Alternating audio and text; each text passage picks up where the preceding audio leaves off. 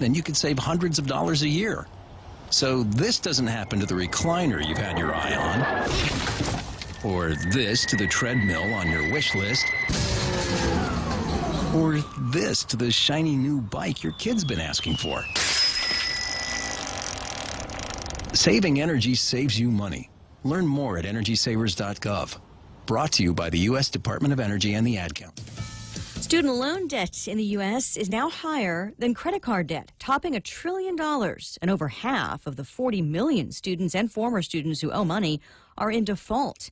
So here's the first in a 5-part series on student debt. Debbie Baker of Tulsa took out federal student loans to become a teacher, hoping to use forgiveness programs, but the loan servicer started playing games. They even said that I bounced a check, which my bank said no, it was never presented. They posted the check, then reversed the payment. In Columbus, Ohio, Mark Gowdy missed a payment on his private student loans. They said he could make it right by paying them $1,000. I actually sent them $1,200. And the day after that payment cleared, they called that loan. Both Mark and Debbie ended up in default. The debt ballooned, their credit is trashed. They have no recourse, not even bankruptcy. They could be forever in debt. Eben Brown, Fox News. More on this all week in our podcast, the Fox News Rundown. Apple goes shopping, buying Texture, what's sometimes called the Netflix of magazines. The service charges users $9.99 a month to read more than 200 magazines in an app. Some publications include People, Vanity Fair, Esquire, Good Housekeeping, and GQ. The magazines can be downloaded and read offline. The service is jointly owned by major publishers Condé Nast, Hearst, Meredith, and Rogers Media, along with investment firm KKR. The move might be an effort on Apple's part to match competitors like Google, which offers news through its Play Store, and Amazon, which has its own subscription reading services. Texture was launched back in 2010 and has struggled to gain traction and paid users. The sale price was not disclosed. Fox's Hillary Barsky. Amtrak suspending trains tomorrow morning between New York and Boston because of the third nor'easter in less than 2 weeks. It could dump another foot of snow on parts of the region, with strong winds again, too, raising concern about more power outages. Lisa Brady, Fox News Radio.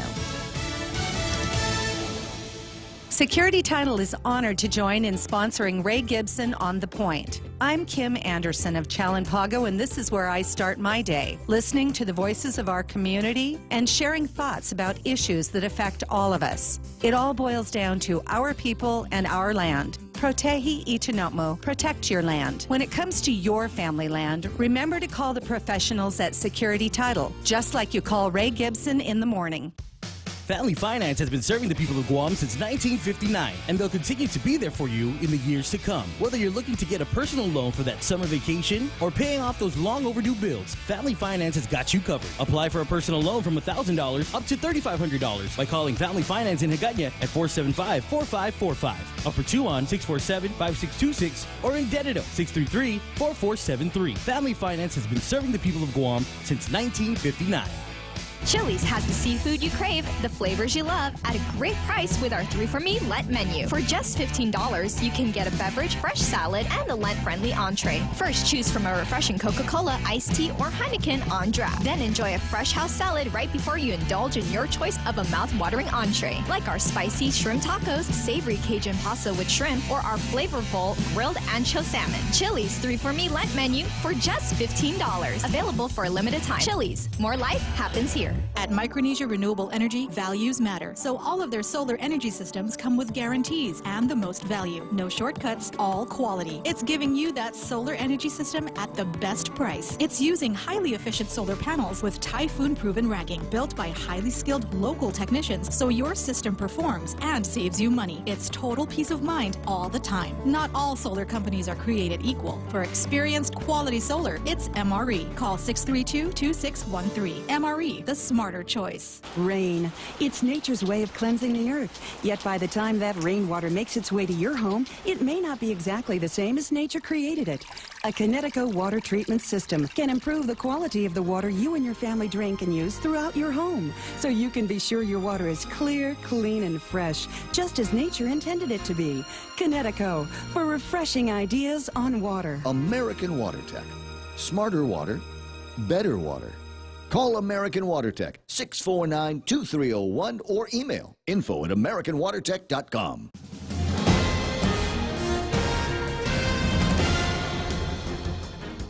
Half a day and good morning, Guam. News time here at The Point is 8 minutes past 6 a.m. this Tuesday morning. I'm Kevin Kerrigan. Here's a look now at some of the top stories from the Guam Daily Post.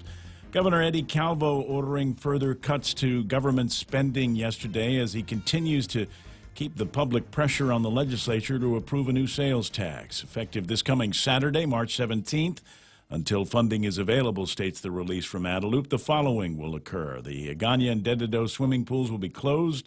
The lights will be shut off at all public parks managed by the Department of Parks and Recreation, and all sports facilities managed by DPR will be closed at night, including the Teedson Ball Fields, the Dededo Sports Complex, the Adelup Front Lawn Field, the Paseo Stadium, and Guerrero Field. Along with the sporting facility cuts, the administration announcing it's looking at immediately terminating leases for the Department of Chamorro Affairs, the Guam Council on the Arts and Humanities, and the Guam Museum. A search is underway for available public office space to relocate employees and storage facilities. The government will also be looking for someone to take over museum operations. Additional cuts are threatened in the coming weeks, including disconnecting streetlights as well as suspending private school busing. A hiring freeze on teachers and delaying the next school year up to October are two of several cost-saving measures the Guam Education Board is scheduled to discuss at their meeting tonight. Education Superintendent John Fernandez yesterday saying he plans to ask the board to implement a 32-hour work week after a 90-day notice, limit the use of substitute teachers, as well as shut down school facilities in the evenings, weekends, and during the summer. The cuts are intended to save an additional $9 million on top of the $12 million Guam DOE has already sliced from its 2018 budget. Meanwhile, Guam lawmakers are slated to go back into session again this morning at 10 a.m. to continue deliberations on a 2% sales tax bill. They were in session until 8:30 last night, attaching various amendments to that bill in an effort to balance the proposed tax increase with corresponding budget cuts, the most significant of which was Senator Frank Huggan Jr.'s amendment granting the governor broad powers to consolidate or abolish some GovGuam agencies. A statement from the governor's office last night accused the senators of failing to address the urgency and magnitude of the current fiscal crisis. The governor quoted as saying certain senators are calling for more public hearings to discuss what we already know. We'll have more news after this. We have those moments in our lives that happen unpredictably. The unexpected instances that we did not really need. Yeah, you can count on us to stay well, stay well. Pa-pa-da to live well, live well. Pa-pa-da to stay well. Making sure you stay well, stay well. Oh, we'll lift you up when times are low. I'll see how far we'll go and stay well. Stay Well Insurance. See how far we'll go. Wendy's welcomes the new Smoky Mushroom Bacon Cheeseburger, featuring smoky sauteed portobello mushrooms, melted Asiago cheese, crispy applewood smoked bacon, and crunchy fried onions atop a juicy beef patty. For those craving the same great taste, Wendy's Smoky Mushroom Bacon Potato is also loaded with sauteed portobello mushrooms, cheddar cheese sauce, and crispy applewood smoked bacon. Here for a limited time, get a delicious Smoky Mushroom Bacon Cheeseburger and Smoky Mushroom Bacon Potato today. Wendy's. Now that's better. News time at The Point is 11 minutes past 6 a.m. Chief Medical Examiner Dr. Aurelio Espinola said a man found dead in a parked car over the weekend died from asphyxia due to suffocation, and he estimated the man had been in that car for over a week. Police identified the man as 38-year-old Otisius Lodge. His death was ruled an accident. Lodge was found by the man who owned the car on March 8th. The owner told police he parked the car along the side of the road in Tamuning in hopes to sell it. When he returned last week to check on the vehicle, he found the decomposed body inside. University of Guam celebrates its Charter Day today. It is the 50th anniversary of its charter in 1968 as the University of Guam. It was founded as the Territorial College of Guam back in 1962. Schedule of events today includes a Chamorro language competition, campus tours, presentations at the UOG Marine Lab, and agricultural displays, as well as the President's Cup competition and art exhibits. The annual event expected to draw a crowd of more than 5,000 today. For these stories and more, log on to postguam.com or pick up a copy of today's Guam Daily Post. Here's Ray with the weather. All right, and Charter Day weather looks like this. Partly cloudy this morning, becoming mostly cloudy this afternoon. Expect a few isolated showers today. Northeast winds to 20 miles an hour with daytime highs 88 degrees tonight. Mostly cloudy skies, isolated showers. Winds east again to about 15 miles an hour. And expected overnight lows cool 76 degrees. Sunrise this morning at 6:31. Wait a second. Yeah, 6:30. And sunset tonight at 6:31. Studio time is 6:11. And the weather is brought to you by Bank Pacific, where others put branches, they place roots. Relax, enjoy, and be greeted by the spectacular view of Hagåtña Bay when you visit the Point at the Sheraton Laguna Guam. Gaze into the beautiful sunset as you unwind to the music of Philip Garcia and Natasha on Wednesdays, Mama Shar and Nina on Thursdays, Philip Garcia and Louise Muña on Fridays, and Jack Larimer on Saturdays. Open daily from 8 a.m. to 11 p.m. Happy hour from 5 to 8 p.m. with all cocktail drinks for $7. Receive a discount when you present your SPG card. Call Peter Yaban at 646-2222 for reservations at the Point at the Sheraton Laguna Guam Resort. And good morning to Susan Bobbas. Got the radio on in Las Vegas. She reports it's nice and sunny, 68 degrees in Las Vegas. Hey, what happens in Vegas stays in Vegas. The program brought to you by King's Restaurants, serving Guam's favorites to families for over 40 years. King's Restaurant, always open, always local. For over 55 years, Community First has served our island as a full-service financial institution. And now, we're proud to introduce the new Community First Student-Run Credit Union, open in Manilao on Route 10. Guam's first student-run financial institution, which means it's operated by college students like us, ready to serve all our members, existing and new. We're just down the road from UOG and GCC. Community First Guam Federal Credit Union, now open in Manilao. This credit union is federally insured by NCUA. Subway's got your fresh choices for Lent. Sink your teeth into the classic tuna or indulge in the mouthwatering greatness of their seafood sensation. They've got this thing called the Tasty Veggie Max, a delicious vegetarian patty free of artificial colors and artificial flavors. Plenty of other flavors in there, just no artificial ones. Visit any of the convenient locations today. Subway, fresh is what they do. Are you waiting too long for a home loan decision? Are you looking for a bank that understands your needs and can close your loan quickly at today's super low rates? Then come no further than Bank Pacific. Our home loan specialists are friends and neighbors from your community, and our decisions are made right here in Hagåtña. Bank Pacific, where we're open to closing your loan in a hurry. Bank Pacific, where others put branches, we place roots. Equal housing lender, credit conditions apply. Viva Bank Pacific. At Micronesia Renewable Energy, values matter. So all of their solar energy systems come with guarantees and the most value. No shortcuts, all quality. It's giving you that solar energy system at the best price. It's using highly efficient solar panels with typhoon-proven racking, built by highly skilled local technicians, so your system performs and saves you money. It's total peace of mind all the time. Not all solar companies are created equal. For experienced quality solar, it's MRE. Call 632-2613. MRE, the smarter choice. Portions of the program also brought to you by First Hawaiian Bank. It all starts with yes. Security Title is honored to join in sponsoring Ray Gibson on The Point. Buenas and Hafade, Guahusi Claramanglonya of Malolo. And this is where I start my day, listening to the voices of our community and sharing thoughts about issues that affect all of us. It all boils down to our people and our land. Protehi Itanotmu, protect your land. When it comes to your family land, remember to call the professionals at Security Title, just like you call Ray Gibson in the morning. The Ray Gibson Show.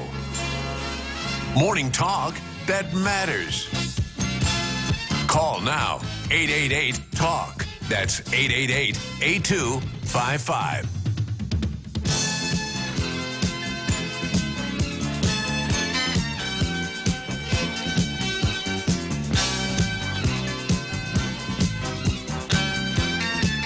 So did I just see Blake Watson bring you coffee? Yeah, I had made a cup, right there during the news. That's juice, man. Well, Blake didn't do that for me. Hey, man, look, Let's face it. Mike paid him. He only did that because he needs the coffee baker.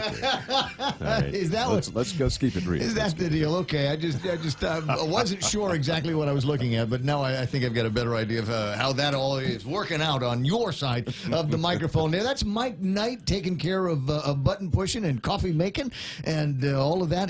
This side of the microphone is Kevin Kerrigan from the Guam Daily Post. He takes care of making sure that everybody is up to speed on all of the big stories. And then there's me. My name is Ray Gibson, and my role here is I get to talk about all of the things that Kevin has brought with him into the studio this morning, as well as some of the things that I've got that roll around in my head. And I suppose maybe we can get to some of that. But I just want to start off by saying good morning to everybody that's already online on the Facebook feed. It's nice to see you there. There's neighbor Nick up there, Eddie Chang, Dave Duenas, and one of my favorite insurance people in the world from she works over at Guahan Insurance over in the new Landmark building. Hey, good morning, Yuka. Great to have you on. Mo Cotton has already got the television rolling. The videos. I was going to say it looks like television, feels like television. So it's great to have you there. Lee Stahl, Brad, of course, Texan Brad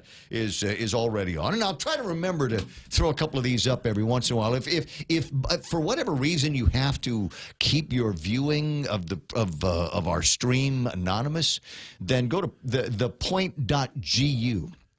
On the World Wide Web, thepoint.gu, that's our website, and there is a video stream that goes there. I can't see you, therefore I can't say your name. And so if you work in another media company and you're not supposed to be watching the show, then you will be protected. You will be an anonymous surfer on that site. If you want to get a hold of me, there's bunch of different ways to do it. 888-8255 is the telephone number. And there might be a couple of reasons why you might want to call the radio station. The other way is email. The email thing is always open. RayGibsonShow at gmail.com. That's RayGibsonShow at gmail.com. Now that I've got all of that out of the way, I don't like to make excuses, but the truth of the matter is I was up late last night watching the legislature, of course. And there's feeling sorry for you. Jimmy Espaldon. Guys, it's 8:41, guys. Come on, we still got to engross all of this stuff. There's still more amendments. I got an amendment. Can we go home? Let's get out of here. Okay, kill that one. Kill that. And so they decided that they were going to adjourn. That like I said, at about 8:41. And then at 9:13 comes the word. I tell you what, and I'm going to read them. I told you it's $106,000 that we are spending as taxpayers on having somebody work in the press room over at Adelup. And so I'm not. Is that all? I'm not letting that go to waste. Well, in the very least, right? But I'm not letting that go to waste. So if there's going to be somebody working, I'm going to get mine from that $106,000.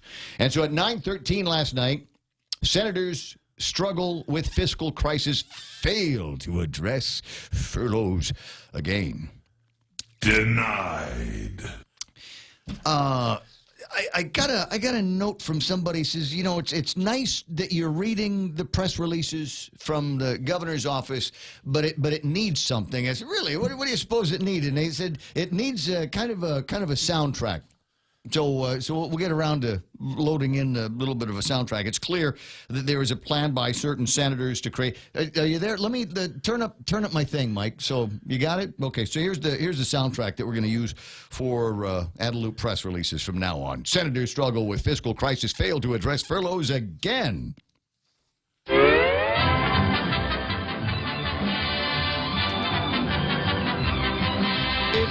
It's clear that there's a plan by certain senators to create a slow death to any bill offered up as a solution to the fiscal crisis facing our government and our island. No, there's more.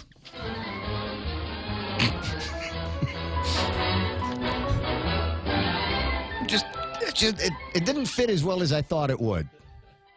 Maybe there's. It speaks volumes by itself. Maybe there's something else at it. Rain, maybe we'll just play that. This is good.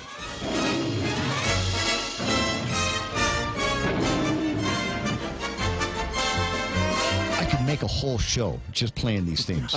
I just make a whole show, and we'll give away Vanessa Williams tickets to people that can call in and identify the theme that we're playing this morning. But don't call. I'll tell you, it's Tom and Jerry. And, we need to, we need to find a host named Tom and bring him and Jerry in for middays. Could work. So that's where they were over at the governor's office yesterday. Again, with the criticism about what needs to get done. Hey, listen, guys, they're making tax policy as they go. This is, to me, one of the scariest things in the world. And finally, they got Tom Adams out there with the amendments. And so here's what I think we ought to be doing with this, because he said we're flying blind. We're flying in the dark. Right, flying in the dark is what Senator Tom Adams said last night. And he says, and he's maybe the way we ought to do this is we'll just make it then so that the Department of Revenue and Taxation will promulgate the rules and regulations on how we're going to put this new sales tax thing together. And they have 180 days to do it. They have 180, but did you hear Camacho say he could do it in a week? Yeah, he did. I'm sorry. I laughed long and hard as that one was rolling around in my head. So they get 180 days provided by the legislature to be able to promulgate these rules and regulations on how to do this new sales tax and stuff. And then they got into an argument. Sorry, not an argument, but discussions on how best to do this. Now, does the Department of Revenue and Taxation do the AAA, the administrative adjudication? Do they do that and then come to the legislature with those rules and regulations, or can the legislature adopt them, then go into their own public hearings, and then ingest those into the statute? Choice number 2. That's what they ended up doing. Yeah. Okay. Remember, Castro introduced that amendment to eliminate the Adjudication Act from the wording of the bill. Okay, I wasn't sure whether that amendment had passed or not. So it did pass, so it doesn't necessarily have to go through the administrative adjudication process. Correct. However, it must have a public hearing. The legislature will see that it gets some kind of a public hearing. That was my understanding. That's my understanding as well, and if it's not, then there's something smoky going on, because frankly, as I said, we're all of us kind of flying in the darkness on this sales tax deal, and poor guys over at the legislature, I think they've determined that this is probably too much for them. Now, the governor's office did actually make a couple of points in there, and I thought it was interesting. Today, the legislature spent the majority of time addressing amendments by senators who have stated on the record that they won't support the bill. That's the process. That's the way it works. And what do you want them to do? Not show up? I mean, they still have to get involved, whether or not in the end they vote on these things. I mean, people have been doing things like that at the legislature since even when Eddie was at the legislature. It's just the way the sausage gets made. I remember watching a ton of these things, and there's, Judy Guthertz with a question, a comment, an amendment, and at the end of it, folds up her arms and votes no. Well, gee, if that was going to be the case, don't show up next time, because then we can get this done in 20 minutes. But again, it ain't the way the process works. And this is interesting. I don't know how I missed this. Senator Mike Sinek, this according to Adelup now, Senator Mike Sinek proposed an amendment that would have gut the Department of Education by $24 million while exempting the legislature itself from moving to part-time, which is included in the fiscal realignment plan. I thought that was a joke. I thought that was it when they put that in there about the legislature going to a part-time. I thought that was just a joke. They better delete that before they adopt it, I guess. Was that was real? I could have swore that was just, Eddie, and he goes, hey, throw something in there about part-time legislature. Because it's not like it looked anywhere serious. The thing was, it had no details, had no definition of how we do, what exactly is a part-time legislature? How do we define something like this? All right, 888-8255. Can't see you there. Get you in a couple of minutes after the headlines, because there's a couple of other things that I want to go over. I'm like you. Generally, we butter our bread here. with monies and advertisings that we derive from being a part of a large community, and a large community that gets a significant amount of its income from the hospitality industry. So I worry when I hear that we're not big on the occupancy. Boy, I got a word from a guy. He says, if you think it's bad now, stick around a couple more months. It's gonna get worse down there. And you got somebody's writing up this morning about how the Koreans are not as spendy as the Japanese. And maybe you saw something like that. Maybe that's your experience as a business person doing something down there. A couple of things. We just got to get to know this group of people better. Everybody makes the comparison with the Japanese. You know, it's like the Brady kids. Marsha, right? You can almost hear the Koreans going, oh, Japanese. Okay, we're not Japanese. So figure out how you're going to market to us, and maybe you'll be able to loosen up some of that dough that I know they come here with. I mean, they're just frugal. They're Spartan when you come to think of it. But the point that I was getting to before I get into that stream of consciousness is I obviously, like everybody else, I worry about the hospitality industry, and I hope that it is strong. We got worried about it when Kim Il-jung, what was it, Kim Il? What's his last Sung? Okay. Jong-il. Yeah, Kim Jong-il. He is three old smart guys, and none of us remember his Kim Jong-un, Kim Il-jung. Look it up. Google it. The guy from North Korea. And he started rattling his saber and making us all crazy out here. And a bunch of Japanese stopped coming. South Koreans, yeah, whatever. We gotta listen to this nonsense all the time. What was it? Kim Jong-un. Yeah. Is the guy. Yeah.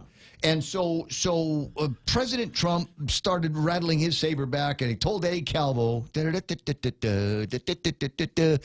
he said, your tourism should increase tenfold. Do you remember? Oh, sure. He said, there's going to be a lot of tourism coming to Guam. Don't worry, you're going to be safe. We didn't get that tenfold. It didn't happen. So here's my plan.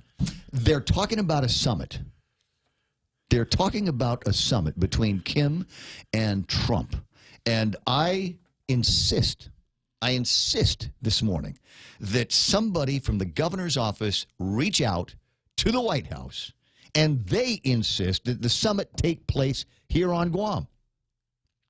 I want Trump and I want Kim to have their summit here on Guam. And finally, let's get some positive attention to the place. It could be crazy, and I don't see why we wouldn't. Brilliant. Why would we not ask for such a thing? We were the tip of the spear on this one. We were the ones that were most affected and first affected by the threats from North Korea. So if there's going to be some peacemaking, I don't want this thing to happen in Honolulu, Hawaii. Right? What did they do? All they did was they botched the raid in Hawaii. That's what they're going to get known for. I want us here on Guam to be known as the place that was the summit. I mean, just think about it. Just picture it in your head. You know, remember in the Second World War, did what's his name? Roosevelt and fat guy. Churchill and Stalin. Churchill. Yeah. You remember they had the Potsdams and all of those things? I don't remember that. Yeah, well, I'm sure you don't remember. I'm sure you've read about it. They made a movie about it, didn't they? So they had all these guys get together. That's what we need here. Is we need to get these guys. And you might be thinking, you know, this is a throwback to when Ray worked in music radio and had to say crazy, irresponsible things every once in a while. But if you really stop and think about it, the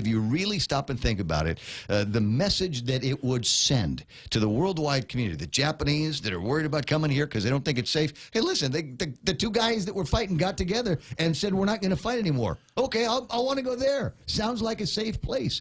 And for heaven's sakes, while the president is here and while this North Korean fella is here, can you imagine that we'd be safe like we're in God's pocket? So really, really think about this.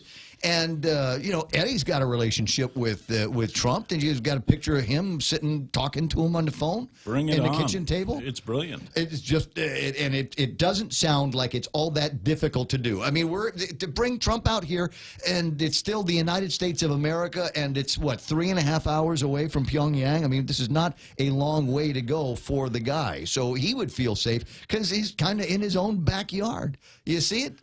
You start running it around in your head, and you'll go, this makes more sense than shutting down the fire stations and the police departments. It kind of does, but at the same time, he also knows there are 2 military bases here on Guam, and that may preclude his feelings of safety and security as he But considers coming. but he also knows that if he needed to, he could drop a dime with that hot sister of his, and press a button and annihilate us. So I mean, it's quid pro quo as far as I'm concerned. I hear what you're saying, but it's not like we're going to pick him up and put him in irons and take him to the brig at Navy. I don't know, man. These are Chamorro folks here, man. 6:32 in the morning, crazy like that. Time to find out what's happening in the headlines from the Guam Daily Post. Here's Kevin Kerrigan.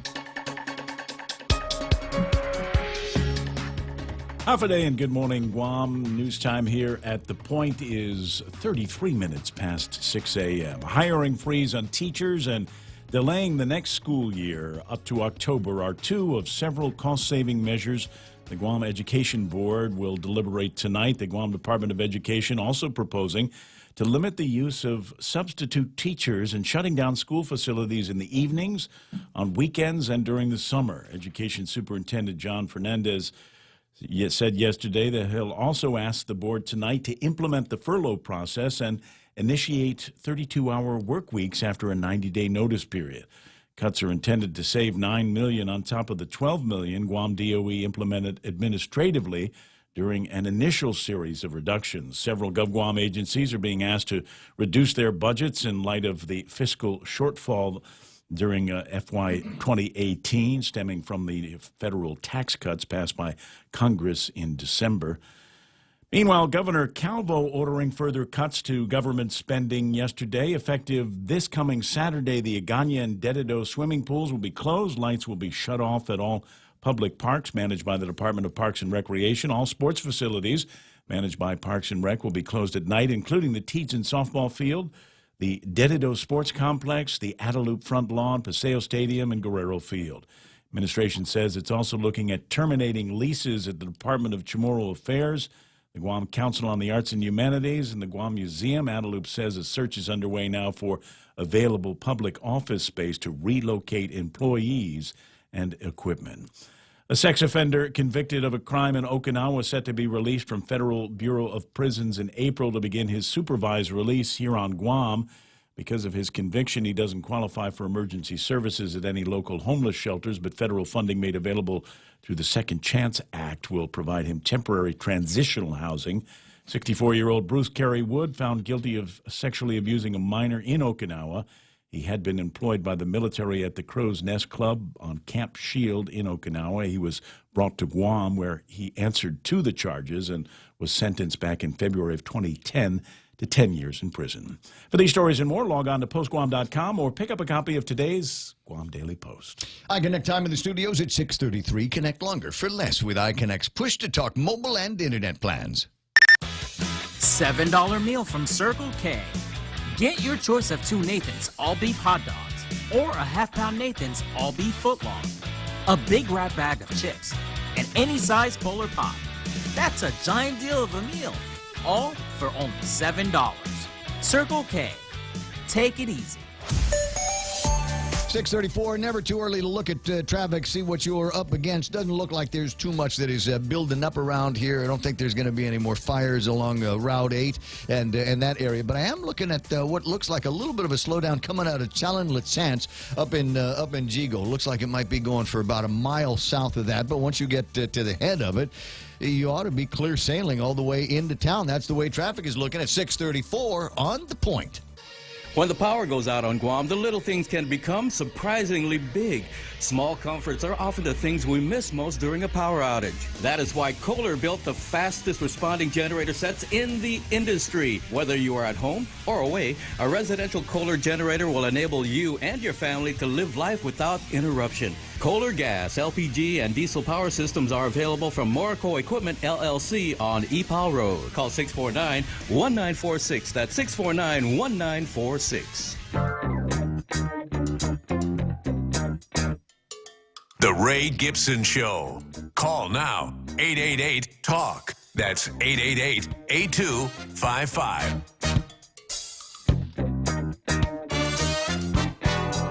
We'd have the summit in the front lawn at Uncle Carl and Auntie Jerry's house at the Gutierrez place up in Agaña Heights. We'd have it there. Because that is probably one of the most manicured front yards I've ever seen. And you can almost see North Korea from up there. Oh, you can. No, that's a fact. That's a fact. Anyway, welcome to the program. Excuse the mess. My name is Ray Gibson. And just playing around with the idea, somebody needs to find out if there's a way that we can have this summit here on Guam. As I said, Hawaii gets all the good stuff, but I don't think they deserve it in this case because they botched their warning. Bring it back to Guam and let us do this here. And really, from the perspective of tourism, can you imagine? We'll do it at Pirates Cove. And then that will become the Mecca. People will want to go there because that's where it took place. Just trying to think out loud. I'm doing my part. Good morning, Ken. It's time for you to do yours.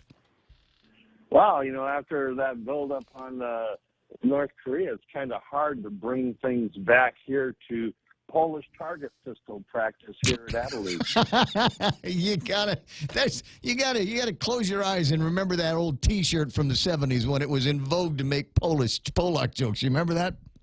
Oh yeah. I am fortunate enough to have been old enough back in the 70s and to remember a lot of those things like that. I torture all my younger friends with stuff like that, though. Oh, you know what? You got me thinking, though. One of my favorite T-shirts that came out in the 1970s, besides the "I Survived Typhoon Pamela" T-shirts, was the what was it? The "I'm with Stupid" shirts. You remember that? Oh yeah. And so you always had to try to make it so you stood on the right side, the correct side, so that the arrow pointed to the guy that you wanted to say was stupid. Yep. I miss those days. So what were you thinking about this morning besides the summit with Trump and Kim? Well, Adelute, in a desperate effort to try to force the legislature to act with unrealistic speed on a complex subject like tax policy, all these actions they're taking. Like I said earlier, they're practicing with Polish target pistols because everything that they're doing right now is driving more anger at Adelute and taking the pressure off the legislature from the public's point of view. I let me tend to agree with that idea here. I don't think the legislature is feeling any of the dings. I mean, it's certainly not in the social media that I'm following. But we've closed down the fire stations and a police precinct. Now they're talking about the swimming pools and the park facilities, and we're going to take out half the lights on Guam and all of that. I honestly don't think that people that I talk to are going, man, that legislature better speed things up. I mean, those are decisions that are being made out of Adelute. So if anybody is getting the stink eye for it, it's that bunch there. It absolutely is. Everybody I've been talking to the past couple of days and this entire weekend, all the anger is being flipped back to Adelute. Because I mean, the legislature didn't close the library. The legislature's not talking about pulling the buses out from under the private kids and their parents.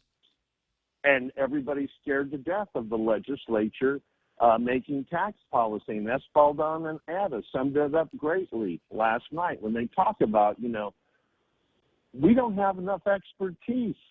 We don't know enough about what we're doing here. We don't have the resources. We don't have the experience to make this sweeping of a policy change this fast with guns pointed to our heads. Right. But fortunately for them, they're Polish target pistols. So when Jimmy called for recess last night, I was relieved, and it wasn't because it was late. I was just relieved because it meant that they weren't going to put their votes on a disaster. Yeah, I was asleep by the time he called for recess. So I was very nervous when I woke up this morning and checked in with the Post to see what was going on. Yeah, and they were up late enough last night and kept the presses asleep long enough so that they could get the last of the good word from the legislature. They'll be back into it this morning at 10 o'clock. But even still, I mean, you get Will Castro, and my guess is that somebody from over at Adelute was just all over his WhatsApp saying, "Get the vote, get the vote, get the vote," because that's what what he was talking about. He wanted to get out of the committee and the whole and make an up-down vote on this thing. And I think, you're kidding. You're kidding. Well, really? That's where the general public is happy that this is going at a snail's pace, because it's forever. Shutting down the tennis courts and the swimming pools, that's just it's like parking the hearse in front of Adelup. It'll last a week or two, or maybe 3. But changing tax policy is going to hammer this economy big time, and the effects of bad tax policy are going to screw things up for years. Well, let's take a cue from some of the guys. I thought it was Frank Uggan last night that made a couple of important points, and that is I think he recognized something that I've been saying for since I've been back on here, and that is, I don't trust the government of Guam. There are individuals that I trust in the legislature at Adelup. I trust them. I'd let them hold my wallet. I'd let them watch my children. But when you put them all together, I don't trust them to take the necessary steps to do the reorganization. Even after they engrossed Senator Uggan's amendment in there that would, they say, give the governor whatever tools that he needs to reorganize the government of Guam, there's still, I don't see, a trigger that forces a governor's hand. Not just Eddie, it's whoever's got the job. I don't see anything in there that forces the governor's hand to make any kind of move. And everybody says, well, you play around with the sunset game. Well, wait a second. We're creating a new sales tax here. So what exactly, are we going to sunset the sales tax? Or are we going to roll back on a BPT? I'm not seeing it yet. I want to see it, but so far it's not evident. You don't trust Gita to help you advise your wife on her business? Understanding a couple of things here in the disclosures, my sister is the deputy general manager, the deputy director of Gita. So yeah, I told you, there's people I trust. Yeah, there's people you trust, but we're talking about the government. Yeah, well, and remember, sometimes the government is not the people that you see. Sometimes the government is a bunch of boards and committees that meet, and you never even know unless you're paying a lot of attention. Let's go back to the 70s and another T-shirt. I love my country, but I fear my government. Amen to that. I'll talk to you pretty soon, Ken. Have a great morning. Currently 6:44 on the Ray Gibson Show on the Point. Hoffa Doc. Good morning, Ray. What's up, Doc? I just wanted to make a feel-good, announcement. We're hoping that April 22nd, Kim Jong-il will join the Guam Medical Association for a medical mission outreach in Tumani. The Tumani mayor, Ms. Rivera, is graciously opening up her doors to allow people to come for medical services. Is that a sound effect? Yeah, it was playing in the background. We're all very thrilled about him coming out here to be a part of this. But let me move into what sounds very serious here. You've got an outreach at the mayor's office? Yeah, this was being planned before you announced the beer summit with Mr. Trump. I think it's wonderful that both of them may be able to really see the effects of some of this governmental policy on the streets of Guam. I mean, as you know, the ITC corner, which is right where the mayor will be setting up the tents, is where a lot of folks go to beg for their kidneys or money for help your kids with some cancer treatment. I mean, there's a lot of poignant reminders of the real effects of the government's failures in terms of taking care of our people. But maybe Mr. Lin or Il, whatever his name is, will see that, rather than bombing us, it might be a good idea to help us with some of our situation. And at any rate, it's a great thing that on April 22nd, Mr. Il and Mr. Trump might have the opportunity to sit there on the lawn, well manicured as it is, to discuss meaningful talks about peace, while we're, the doctors, the nurses, and the volunteers from the community will be opening up tents to take care of some of the immunization and just basic health care needs of the people of Guam. We'll be happy to continue to bang the drum on that as we get closer and closer. You said the 22nd of April? Yeah, Dr. Shea and Dr. Nguyen, both from the Guam Medical Association, have been instrumental in putting this together. In fact, they were up late last night with some of the logistical plans, but they got distracted because they were so furious at Jay Rojas for some of his comments. Do you mind if I kind of give you a little bit inside peek into what's going on inside their heads? Yeah. Well, I've I got the same blast on Facebook as you did. But go ahead with your thoughts. Well, yeah. I mean, I guess hopefully Jay's doing okay, because if he does read that, I'm pretty sure he's feeling uncomfortable about some of his statements yesterday about needing to be asked to help the Guam Memorial Hospital, since, I mean, he probably doesn't think he's ever going to need to use it, but a lot of the people that should benefit from the economic development that he's going around the world to promote would like it if Jay would pay attention to, the ongoing crises, the financial crises that's happening up at the hospital. I mean, if he needs, it needs to be spelled differently. It's an economic crisis, according to Benita Magnolia. And I don't think it's too difficult for Jay to just open up the newspaper, or at least pay attention to the front page, and figure out that this is serious stuff. I mean, if he's getting $250,000 or $1 million or $2.5 million from GRMC and other GITA recipients, where does he get the balls to think that he doesn't need to help the hospital?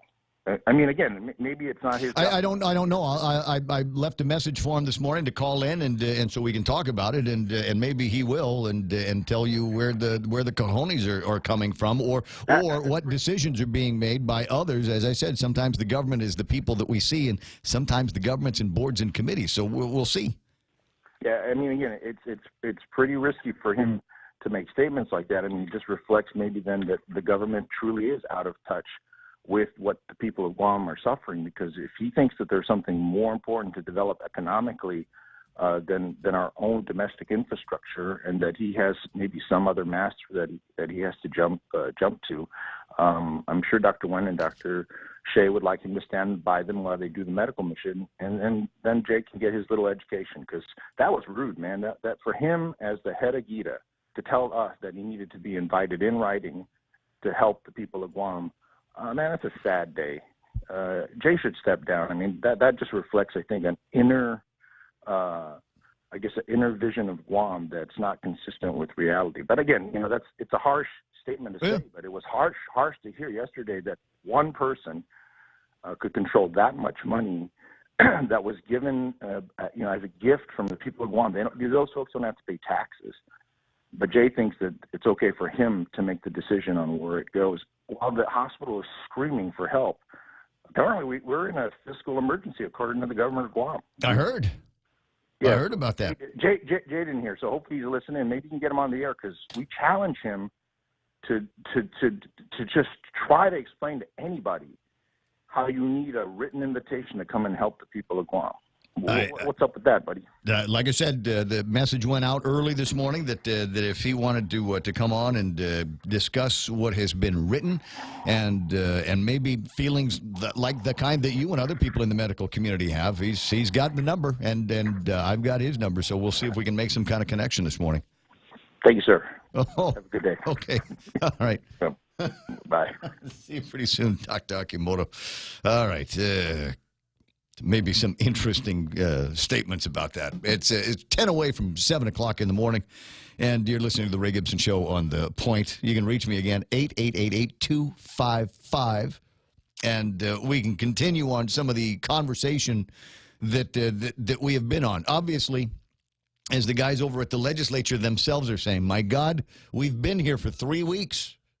Later in the program, I'm going to spend an entire hour not talking about the legislature or sales taxes or any of that. So I've got to do it now. It's the beginning of the program, and, it's news and newsworthy, as a matter of fact, to talk about where they are over at the legislature, and then toss my own thinking about it in the mix. And my own thinking is we are discussing complex, at least to me, tax policy.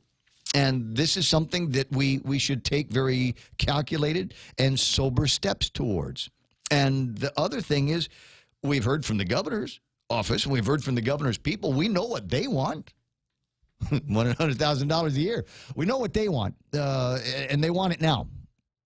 The legislature just trying to get through all of this without screwing the pooch, as they say, because it's an election year, and some of them want that job back. Some of them are actively thinking about how can I get through this without jeopardizing my return to the 35th Guam legislature. Well, self-preservation. You would do the same thing.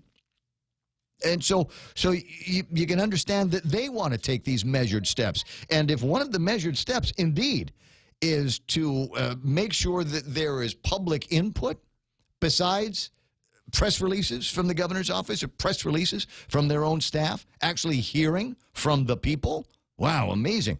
So I personally am okay with them doing whatever they've got to do, get the rules and regulations promulgated and get them into the mix. And let's see where this is all going to take us. We've got enough time to bring up Senator Tom the Hammer Adda with a recap and perhaps where he intends to go today. Good morning, Senator. Hey, good morning, Ray. Nice to hear from you. Did you get enough sleep last night? Did you get home before 11 o'clock?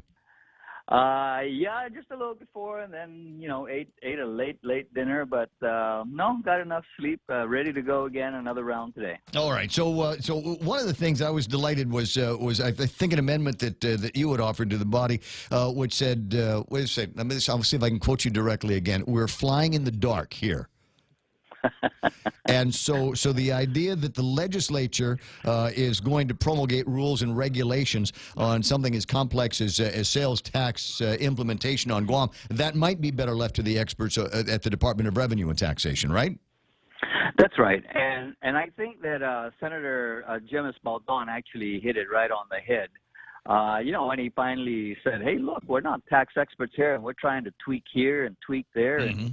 And when we vote yes or no, we're not really sure whether we're voting correctly. So basically, the amendment that I submitted was based on the premise that the bill itself really provides a pretty good general framework for the adoption of sales tax.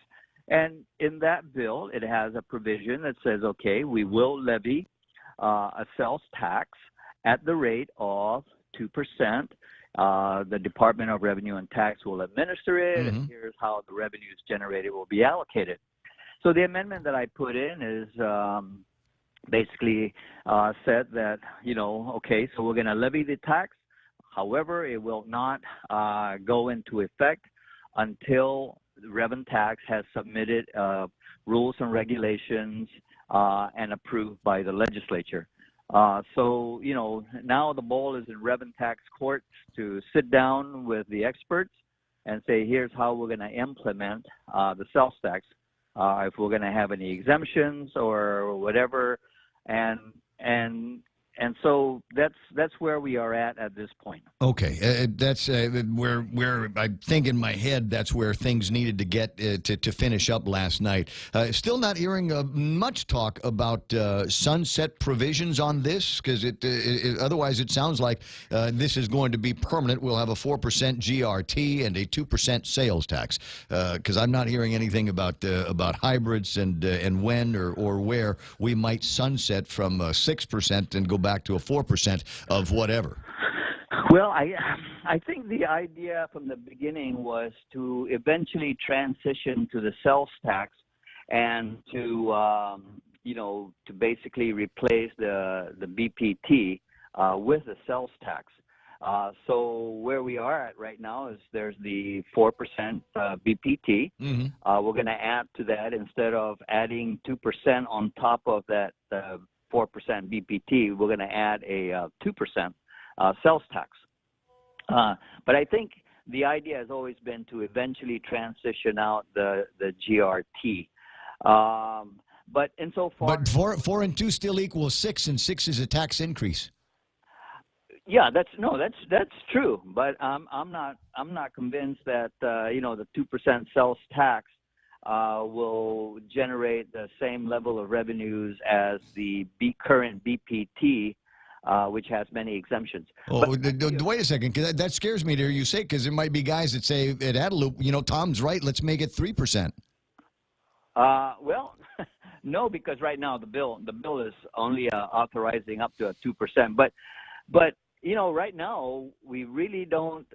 The data that we have as to how much revenues a 2% sales tax will generate is based on basically levying a sales tax with no exemptions at all, zero exemptions. There's members on the floor right now that are saying, well, no, I think we need to exempt this. And so we still have a number of amendments that's waiting to be entertained on the floor today, and we'll see where that takes us. Kevin? Senator, in your judgment, are the votes there to pass the sales tax today? I think there is. I think there's enough votes there. But are we done with amendments? No, we're not, and that could be a game changer. There's a deadline that the administration warns about, and that's March 23rd, which is the next payday. Yeah, I think we're moving as quickly as we can, but as deliberately as we can also. Even if they passed it today, even if they came out of the committee on the whole, the first revenue wouldn't come in until May, right? Oh, at least, because remember, rev and tax still has to come back to the legislature with a set of rules and regs so that we know exactly how we're going to implement this. So it could be June or later, right? No, the way the amendment was that rev and tax has up to 180 days to come back to the legislature with its rules and regs. However, John Camacho said he could do it in a week, right? Yeah. Well, and still in all, I wanted to echo a sentiment that your colleague, Senator Frank Uggan, had put forth, and that is there's still nothing in the measure that would push, if you will, that turns on a switch that forces any governor to move forward with any of the reorganization plans. So I think that's something that the body still has got to figure out how to do in there after you've done your job and will take the political hits for increasing the taxes here to 6%. We need to see the companion side on the cuts. True. And there was an amendment that was attempted yesterday to basically codify that fiscal realignment plan, which looked at, which basically was proposing a $37 million decrease in government expenditures, and unfortunately, that didn't get on the bill. So Frank is right. What in there is going to force anybody's hand when it's time to force the hands? Senator, it's always a delight talking with you. I'll see you on TV at 10. Okay, adios. Adios.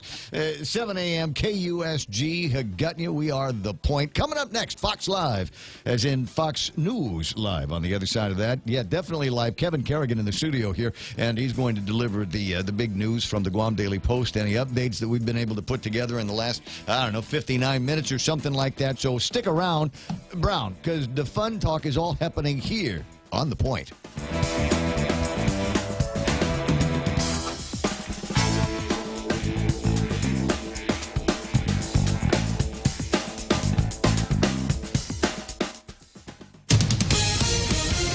Live from New York, the Fox Report.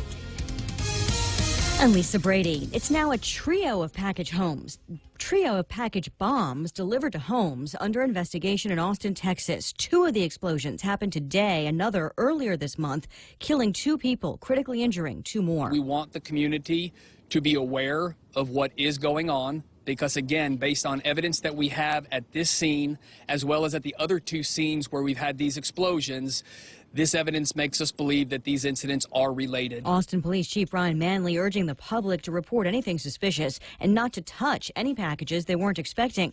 There's no known motive yet. The White House says the president isn't backing away from a proposal to raise the age limit on certain gun purchases to 21, but it's on the back burner. White House spokeswoman Sarah Sanders said there are not enough votes in Congress right now to pass such a bill. not broad-based support that could push this legislation through at this time. That doesn't mean, once again, that we are ignoring the concept or not looking at how we can build a coalition of support for it. The top Democrats in Congress accuse the president of caving to the NRA and are vowing to keep pushing for tougher gun measures. Fox's John Decker at the White House. British Prime Minister Theresa May now says it's highly likely Russia was involved in the recent poisoning of a former Russian spy. The poison used was a military-grade nerve agent made by Russia. Either this was a direct act by the Russian state against our country, or the Russian government lost control of its potentially catastrophically damaging nerve agent and allowed it to get into the hands of others. Moscow's ambassador to the UK has been summoned to explain. The White House says it stands with Britain. Russia denies involvement. The Dow drops 157 points. The S&P also lower, but the NASDAQ hitting a new all-time high, up 27 points. Fair and balanced.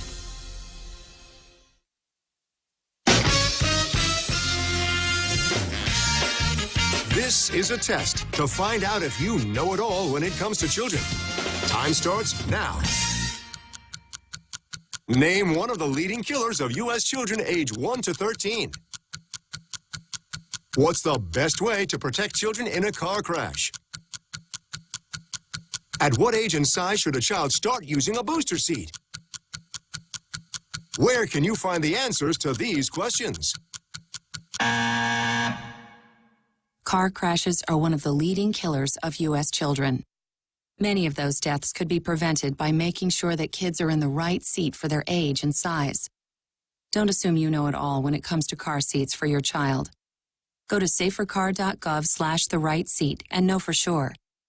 That's safercar.gov/the-right-seat. Brought to you by the National Highway Traffic Safety Administration and the Ad Council. One special election is not a bellwether for what might happen in the midterms this November. That from Republican Party Chair Ronna McDaniel ahead of tomorrow's special election in Pennsylvania. She's also rejecting reports that President Trump, who rallied for Republican Rick Saccone over the weekend, is slamming him in private. All I see is the president getting 100% behind the candidate that's going to come help move forward his agenda. She says the Democrat in the race, Conor Lamb, is trying to appeal to Republican voters but won't support the president if he makes it to Congress. It is a tight race. Keep in mind here, President Trump just some 15 months ago or so, back in November of 2016, won this normally deep red district by some 20 points. If you look at the latest polling and think it's even somewhat accurate, this is a potential flip into the Democrats' column, as the latest polling out from Monmouth University today has Conor Lamb up by 6 points, crossing the 50% threshold, up to 51% support. Fox Business Network's Blake Berman. The World Series champions visiting the White House. Game 7 of the World Series was one of the greatest baseball games anybody has ever seen. President Trump also praising the Houston Astros for all they did to help the city recover from Hurricane Harvey. Millions of Americans are about to spend billions of dollars betting on college basketball, most of them technically breaking the law. From bookies to friendly wagers to office pools, the NCAA basketball tournament is a gambling goldmine. The American Gaming Association predicting $10 billion worth of bets on March Madness, nearly all of it done illegally. A survey from the AGA finds roughly 2/3 of states prohibit sports betting pools if money is involved, but enforcing those laws is a low priority for police. The gambling group's president says the numbers prove that the federal ban on sports wagers isn't working. The Supreme Court is expected to rule on a challenge to the ban soon. Fox's Steve Rappaport. All 67 March Madness games available streaming online this year, but many need a password. Fox News Radio. Subway's got your fresh choices for Lent. Sink your teeth into the classic tuna or indulge in the mouth-watering greatness of our seafood sensation. Or try our tasty Veggie Max, a delicious vegetarian patty free of artificial colors and flavors. All our subs are served on freshly baked bread paired with vegetables, cut fresh daily in restaurants, and sauces that are sure to excite your taste buds. Visit any of our convenient locations today at Subway. Fresh is what we do. At GTA, we believe you deserve better than home internet with hidden data fees. That's why all our internet plans are unlimited, because binging movies in bed shouldn't make you want to hide under the covers when the bill arrives.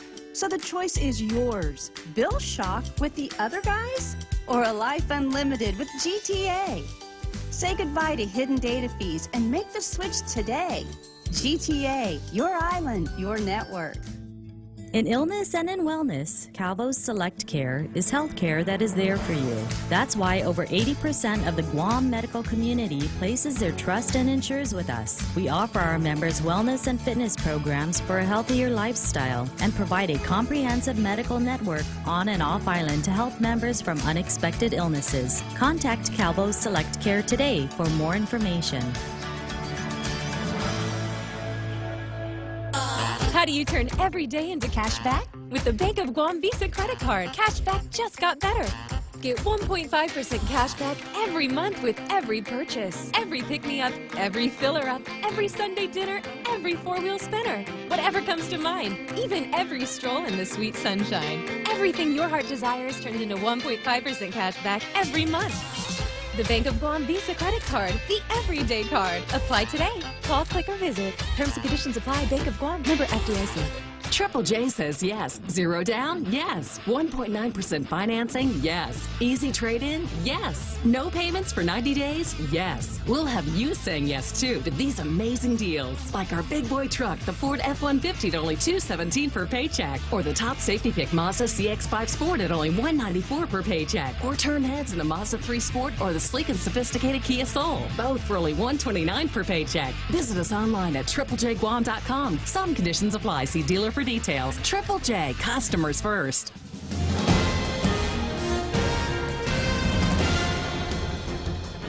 Alpha Day and Good Morning Guam. News time here at The Point is 8 minutes past 7 a.m. this Tuesday morning. I'm Kevin Kerrigan. Here's a look now at some of the top stories from the Guam Daily Post. Governor Calvo has ordered further cuts to government spending effective this coming Saturday, March 17th.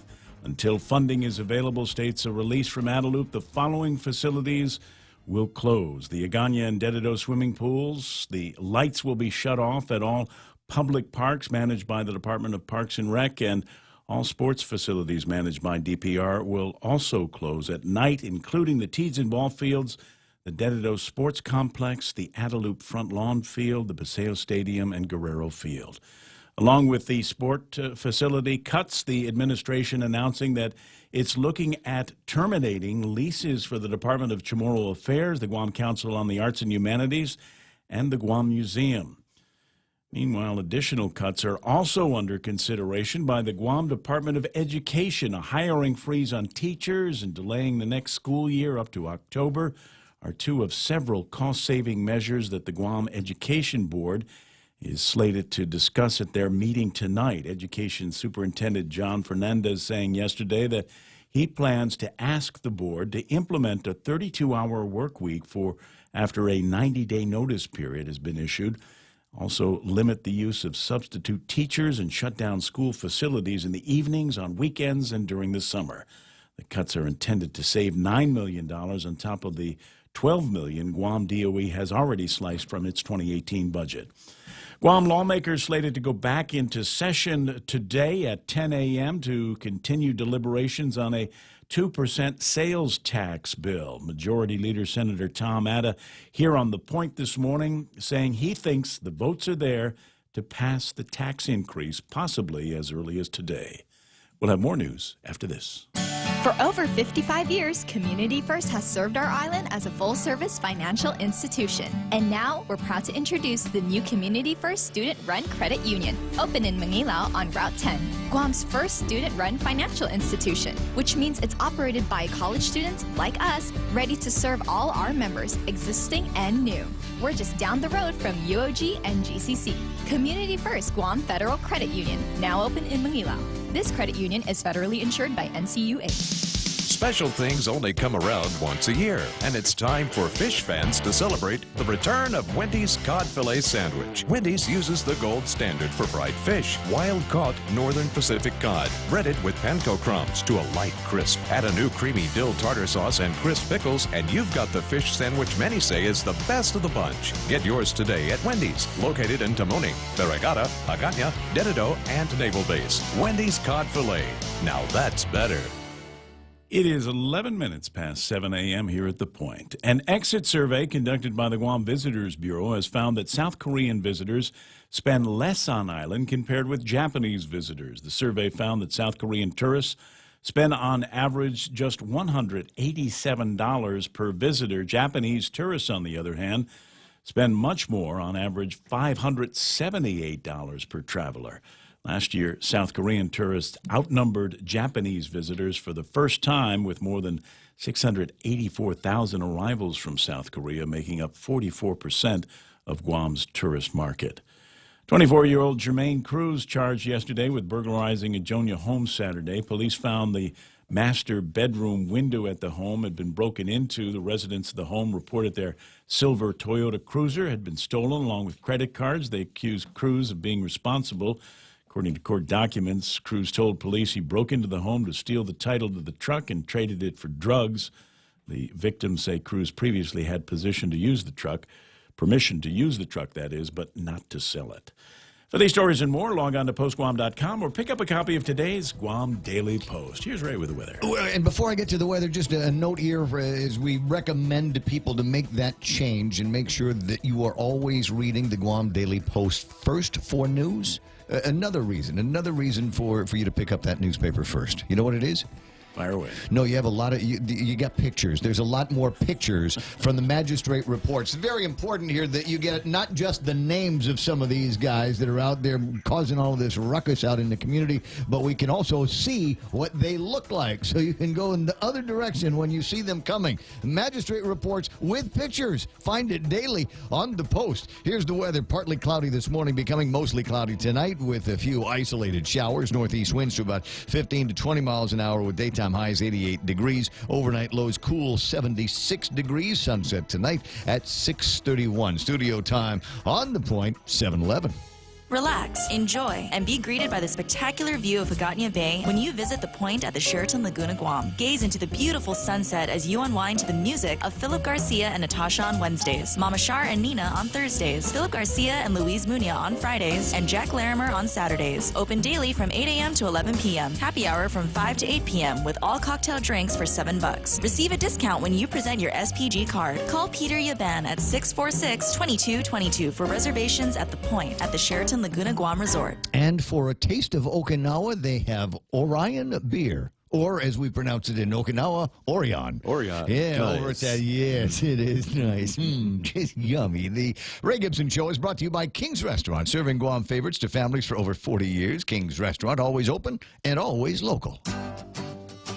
Are you waiting too long for a home loan decision? Are you looking for a bank that understands your needs and can close your loan quickly at today's super low rates? Then come no further than Bank Pacific. Our home loan specialists are friends and neighbors from your community, and our decisions are made right here in Hagåtña. Bank Pacific, where we're open to closing your loan in a hurry.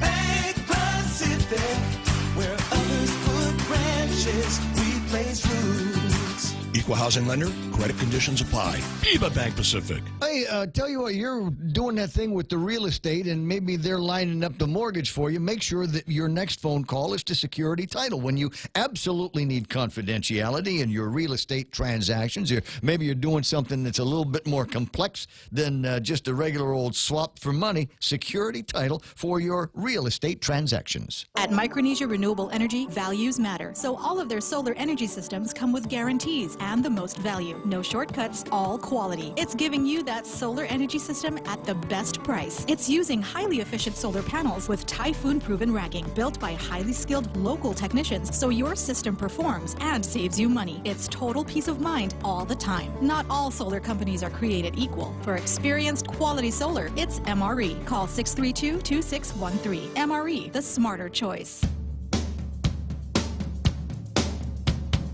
News to fill your mind. Talk to get it out. The Ray Gibson Show. Get it out. Get it out of there. Kill it with fire. Do something with it. Why don't you? Is it time to get back to the business of talking about business? I think so. This is our kind of the businessy segment of the program. We'll hear from Jerry Roberts with the Extra Point in a couple of minutes. I'll take a look at what's happening with among my favorite commodities here.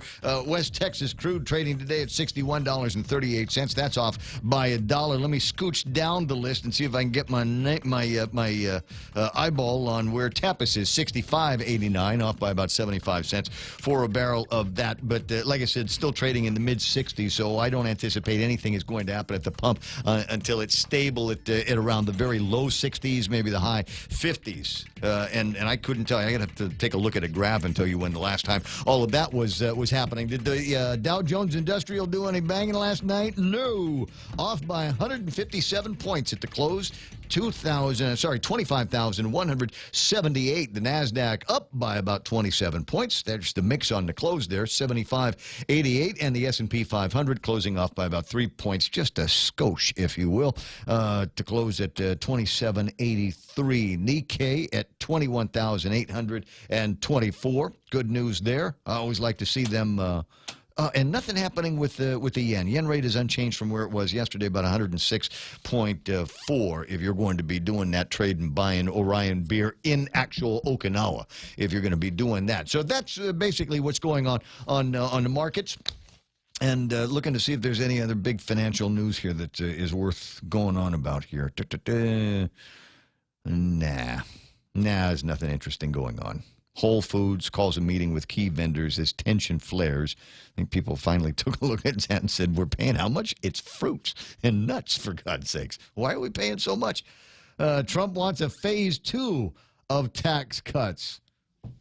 Oh, Lord help us. Could there be more? Let me click on this for a second. Let me see if I can get something on the first couple of pages of this. GOP law passed in December permanently chops taxes for corporations and temporarily reduces the taxes for most individuals. He's looking for a phase 2, but does it say exactly what is going to be in those phase 2? Nah. They're talking about it, but I don't see anything that would provide any details. Can you imagine what we'd just be in this raise the tax thing forever? When will this end? Never. It'll never end. Because I told you there's going to be more. So Kevin and I have this bet.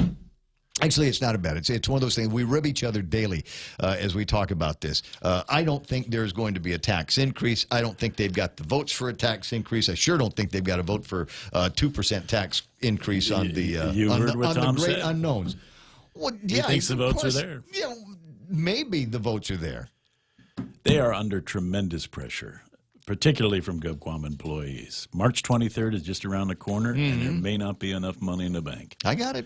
But still, in all, I think they're going to be waiting on other shoes to drop from over at Adelup, and maybe more on a conversation about cuts. You got to have one with the other, and so all they've got to do is stall for 2 more days until BJ gets back. I'll take your bet. It's 7:18. The usual amount, Mortimer? Yeah, $1. It is 7:18, and about time for Jerry Roberts to do this morning's Extra Point. When we don't expect much, why are we so surprised when we get it? I'm Jerry Roberts, and that's up next on The Extra Point. Jenny made a mistake on a small job her boss, Martha, had given her. Martha rolled her eyes as if to say, Lord, can't this girl get anything right?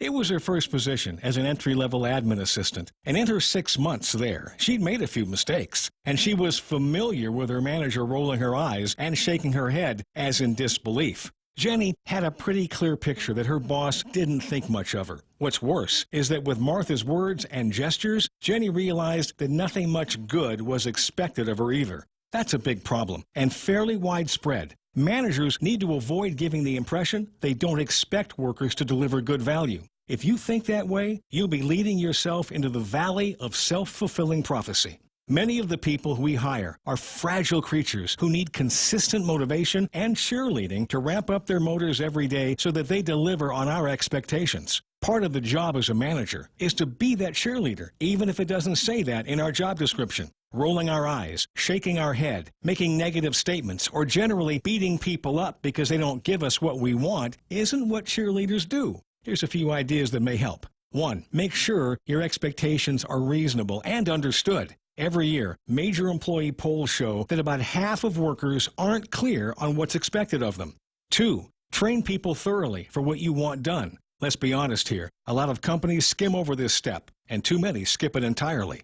3. Use more experienced talent as mentors. Instead of you getting upset over and over, ask somebody else on your team to work with the person to get them past blockages.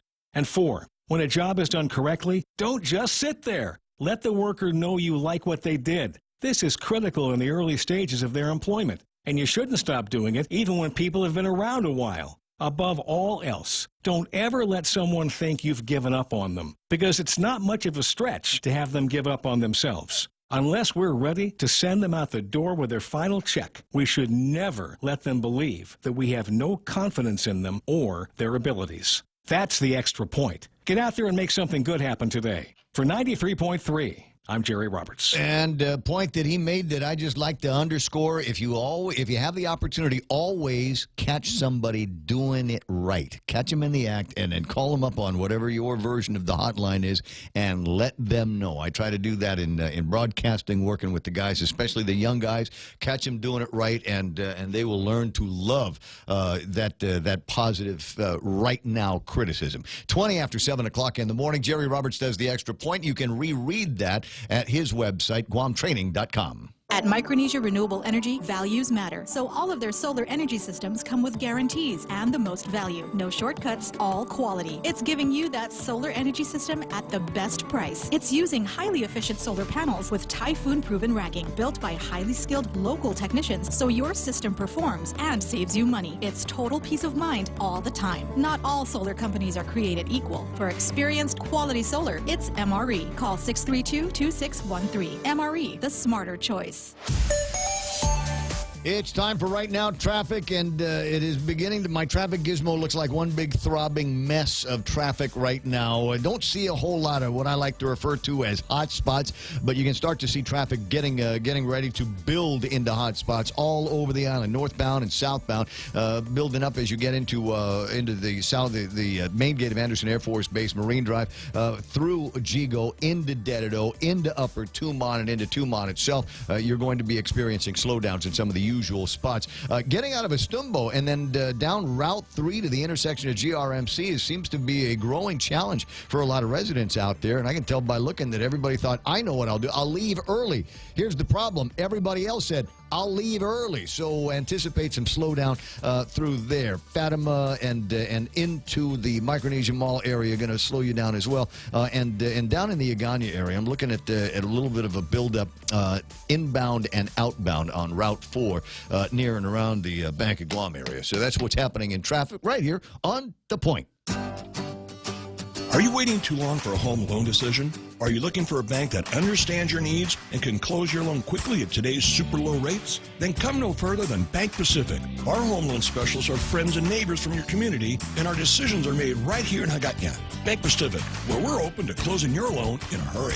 Bank Pacific, where others put branches, we place roots. Equal housing lender, credit conditions apply. Viva Bank Pacific. Triple J says yes. Zero down? Yes. 1.9% financing? Yes. Easy trade-in? Yes. No payments for 90 days? Yes. We'll have you saying yes, too, to these amazing deals. Like our big boy truck, the Ford F-150 at only $217 per paycheck. Or the top safety pick Mazda CX-5 Sport at only $194 per paycheck. Or turn heads in the Mazda 3 Sport or the sleek and sophisticated Kia Soul. Both for only $129 per paycheck. Visit us online at triplejguam.com. Some conditions apply. See dealer for details. Triple J, customers first. All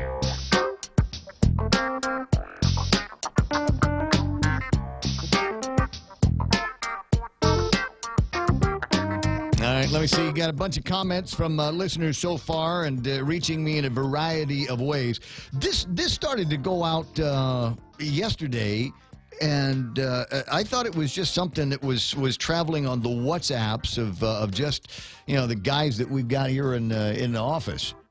And as it turns out, it went out a lot wider than that. Please pass the word that Luhan's Towing Company has been given the contract to tow vehicles illegally parked at the Tamuning Post Office. They're going to the extent of stalking customers across the parking lot over by ITC.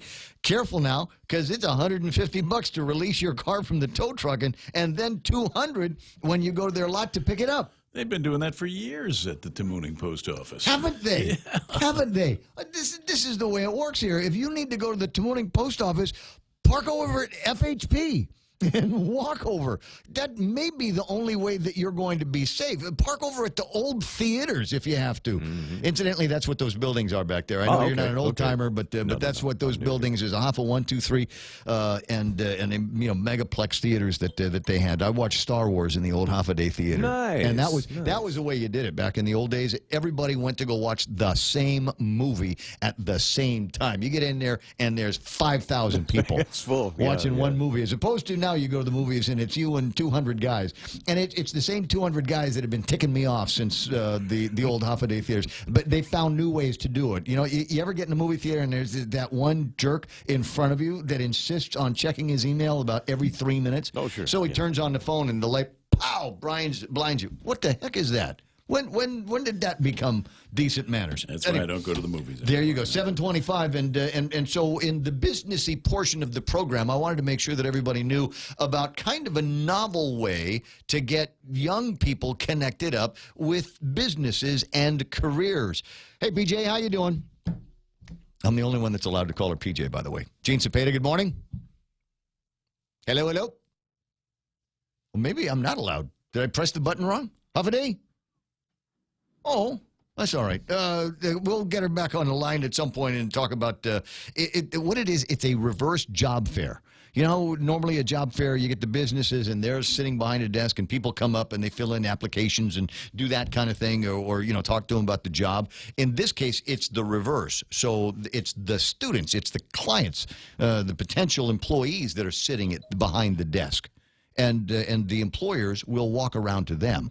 So I thought that was a novel idea, and I thought we'd get a chance to talk about it on the radio. Do I got it this time? Good morning. Buenas, Janavadi. Good morning. Hey, there's Gene. I recognize the voice. How you doing? I'm fine. How are you? Never better. Living the dream, as they say. Oh, awesome. Anyway, so I thought I was going to line this up with Jane from over at GCC, but she said, you know what, Gene will do a better job at it. So tell me a little bit about how you guys came up with the idea of this reverse job fair, and then tell me, the employer, about what I've got to do to go and see if I can find some new talent out there. Well, we have seen typical job fairs where you would sit at a conference table and wait for people to come to you. We wanted to make it a little different, a little more interactive, where we are creating a shopping mall.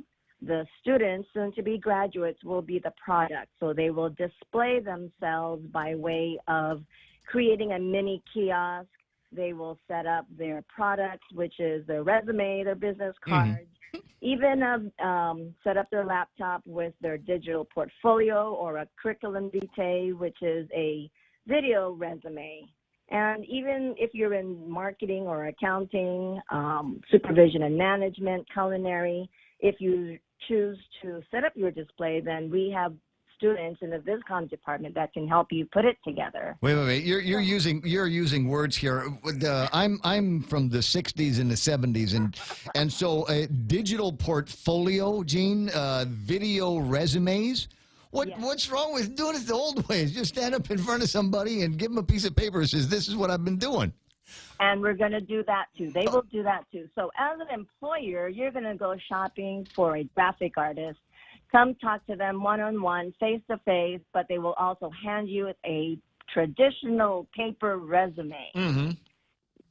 But if you want to take a look at their stuff, the things that they've done, then they'll have that on video too for you to take a look at. And you also used VisCom. What's that? Visual communication. Ah, okay. Okay. I see. Well, there's a blossoming industry. I remember when the only people that could get into visual communications were the ones that owned expensive cameras, expensive editing gear, expensive tape machines and recorders. But now, seemingly, you can do this very inexpensively with the software that came with the phone. Oh, absolutely. Yes, absolutely. Including editing, including putting a movie together. Everything is on your phone. But they do have the traditional laptop, their computers. We have a studio, so we have cameras, the works. We're actually really, really pushing our students to create themselves, so to speak. Oh, I like the In idea. I like the idea. So where and when is this going to take place? This is going to be on Wednesday, April 11, on GCC's campus. That's the Multi-Purpose Auditorium, the MPA. Okay, so and businesses, you'll go out and do the marketing to all the businesses to make sure that everybody knows when it's going to be happening and what some of the things the businesses might be able to go shopping for. Now, you were talking about somebody that might be doing some graphic arts and things like that. Is that the only job category that the people are lining up for right now? We have the Business and Visual Communications Department, which is accounting, marketing, supervision and management, visual communications, and we partnered up with culinary and our tourism departments also. IT. Do we have IT? Because I tell you what, a lot of guys I'm talking to, that's if they've got a guy, it's coveted, and they take very, very good care of them. And if they know that there might be somebody on the loose, they go crazy for it. Do you think you might have some guys coming in from the computer lab to check it out? We can make it happen. You can make it happen because there's computers over there, right? A couple of guys that know their way around some managed Cisco routers would make my life easy. I'm maybe not a full-time, I'm serious, not a full-time job, but gee, every once in a while I'll just come in and check my specs and make sure everything is going fast. Just for you, Ray, I'll make it happen. There we go. Jean, how do people get more information? Is this on websites anywhere? Can we find you? Absolutely, yes. We have created all our social media platforms. Our website is linkupwithgcc.com. Okay. And they can find us on Twitter, Facebook, Instagram at linkupwithgcc. Okay, so today is the 13th of March. This thing is a little less than a month away. Do me a favor, because I know you're going to be adding, I know how you are. She's got Peralta genes in there, right? So she's going to be adding things to this until it is bigger when it happens than even what we're talking about today. So when you've got some updates, let me know about them, okay? I sure will. Okay, Jean. I'll see you pretty soon. Give Joe a big hug. I will. It's 7:32 in the morning. Appreciate your time, and we'll get you on the radio to 888-8255. But right now, it's time to find out what's happening around the island. Daily Post brings you the headlines read now by Kevin Kerrigan. Half a day and good morning, Guam. News time here at The Point is 33 minutes past 7 a.m. In the headlines from the Guam Daily Post this morning, Guam lawmakers slated to go back into session this morning at 10 a.m. to continue deliberations on a 2% sales tax. They were at it until about 8:30 last night, tacking amendments onto the bill in an effort to balance the proposed tax increase with corresponding budget cuts. The most significant of the amendments was Senator Frank Uggin's amendment granting the governor broad powers to consolidate or abolish some GovGuam agencies. Statement from the governor last night accusing the senators of failing to address the magnitude of the problem by not acting on a revenue measure yet. Government of Guam is facing a $67 million revenue shortfall following the federal tax cuts approved by Congress in December. There is no urgency at the legislature to fix this crisis, said the governor. However, Majority Leader Senator Tom Atta this morning here on The Point saying that he thinks the votes are there now to pass the tax increase, possibly as early as today. Chief Medical Examiner Dr. Aurelio Espinola said a man found dead in a parked car over the weekend died from asphyxia due to suffocation and had been in the car for about a week, he said. Police identified the man as 38-year-old Otisius Lodge. His death was ruled an accident. Lodge was found by the man who owned the car on March 8th. The owner told police he parked the car along the side of the road in Tamuning in hopes of selling it. When he returned last week to check on the vehicle, he found the decomposing body inside. The University of Guam celebrates its Charter Day today. It is the 50th anniversary of its charter in 1968 as the University of Guam. It was founded as the Territorial College of Guam back in 1962. Schedule of events today include a Chamorro language competition, campus tours, presentations at the UOG Marine Lab, and agricultural displays, as well as the President's Cup competition, and art exhibits. The annual event expected to draw a crowd of more than 5,000 people. For these stories and more, log on to postguam.com or pick up a copy of today's Guam Daily Post. It's 7:34. That's iConnect time. Hop on over to iConnect and receive a free gift and automatic entry to win an iPhone 10 with every new 12-month plan from now until Easter's. Details on their Facebook page. iConnect time, 7:34. In illness and in wellness, Calvo's Select Care is health care that is there for you. That's why over 80% of the Guam medical community places their trust and insures with us. We offer our members wellness and fitness programs for a healthier lifestyle and provide a comprehensive medical network on and off island to help members from unexpected illnesses. Contact Calvo's Select Care today for more information.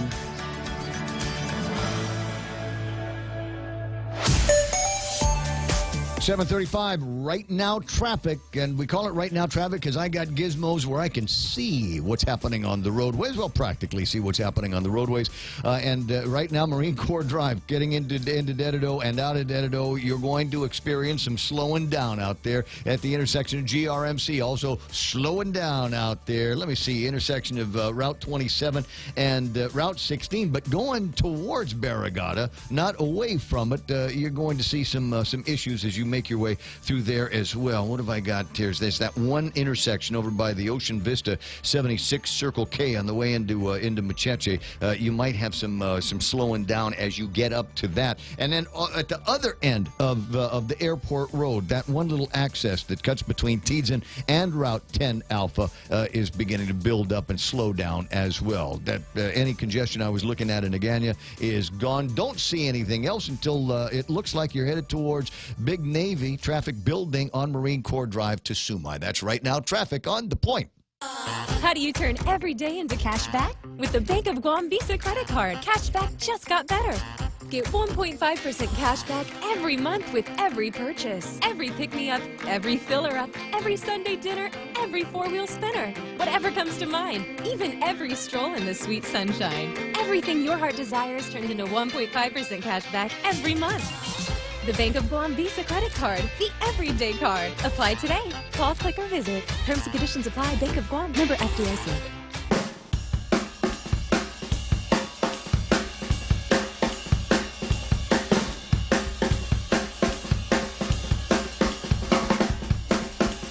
What happened? Is there a note here? Yeah, from Marie Halloran, who wants to know if I was at her Rainbows for All Children race. Yes, I was there. I did. I was not originally planning to be there until I was out doing a regular Saturday run, and I passed by the mall. I said, "Oh yeah, that's going on." And so it's a terrible thing, but worse if I had gotten food and a T-shirt and all of those things. But I kind of did what's called a bandit, where I ran the course while the race was on, but I didn't go through the chute at the end.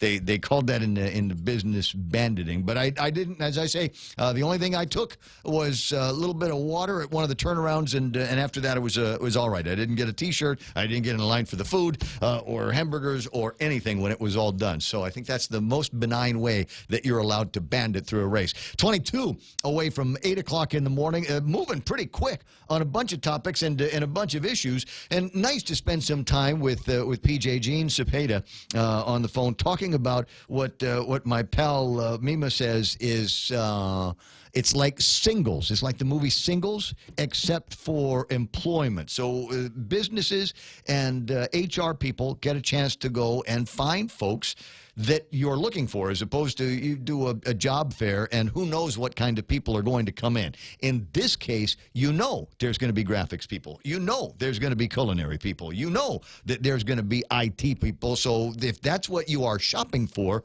those are the tables that you get to. And I'm kind of looking forward to it. Again, it's going to take place on the 11th of April over at GCC. As we get more information, we'll make sure it gets passed to you. Hafalai Joe. Hey, I just want to encourage all the younger generation to go get involved in that job fair, and also take a look around the vocational training and see what's of interest while you're young, including the Trades Academy, because it's a good contingency plan to train in more than one area. What was it? The local old school local expression is jack of all trades. Mm-hmm. The master at none, that's me. I put my hand up. Yeah, I know enough about how to get in trouble. I know enough about how to go to Home Depot and get some tools and get some gizmos for all of the things that I want to do over at the house. And I also know the telephone number to the guy that I can call to fix it. That comes in handy when the instructions are in Japanese. Yeah. I can't tell you Joe. I can't tell you the number of times I've had the guys from Kendo Electric at the house. I pay them extra not to tell my wife they were there. Just please. I want her to think that I fixed it, okay? So that's the way that works. 20 away from 8 o'clock in the morning. We're talking about vocational education. If you could start all over again, Joe, what would you do? Actually, like I was saying, if you have a big enough family, you can learn from each other, and you can cross-train in multiple different areas: electrical, carpentry, masonry, auto vehicle. You learn a little bit of everything if you have a big enough family and you're willing to teach each other.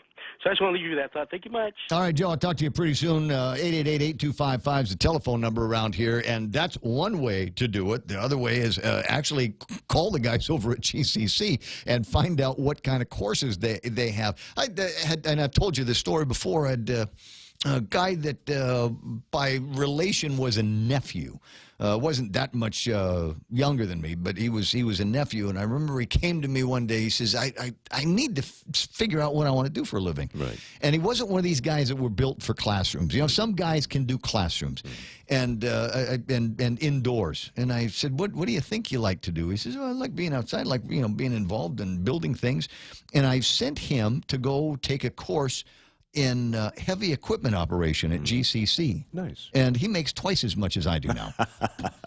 And he's never ever not had a job since then. I bet. He's always been working, because there's always need for somebody to go and get a backhoe and clear some land or move some stuff around. And didn't take him all that long, and he got the certification and is able to do that on a regular basis now. 7:42, and while we're talking about education and careers, wanted to take an opportunity to say congratulations and happy 50th charter anniversary at the University of Guam. With me on the line, their president, Dr. Robert Underwood.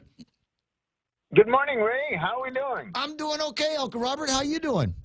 I'm doing all right. I think after I retire, I'm going to go to school and learn how to drive heavy equipment. Because it's something, I really envy people who know how to do things. Right. I got another buddy of mine that decided that he might need to have at some point in his life a real life job. And I don't know if they still offer the course over at GCC, but he went in and took a course in mixology. Yeah, there you go.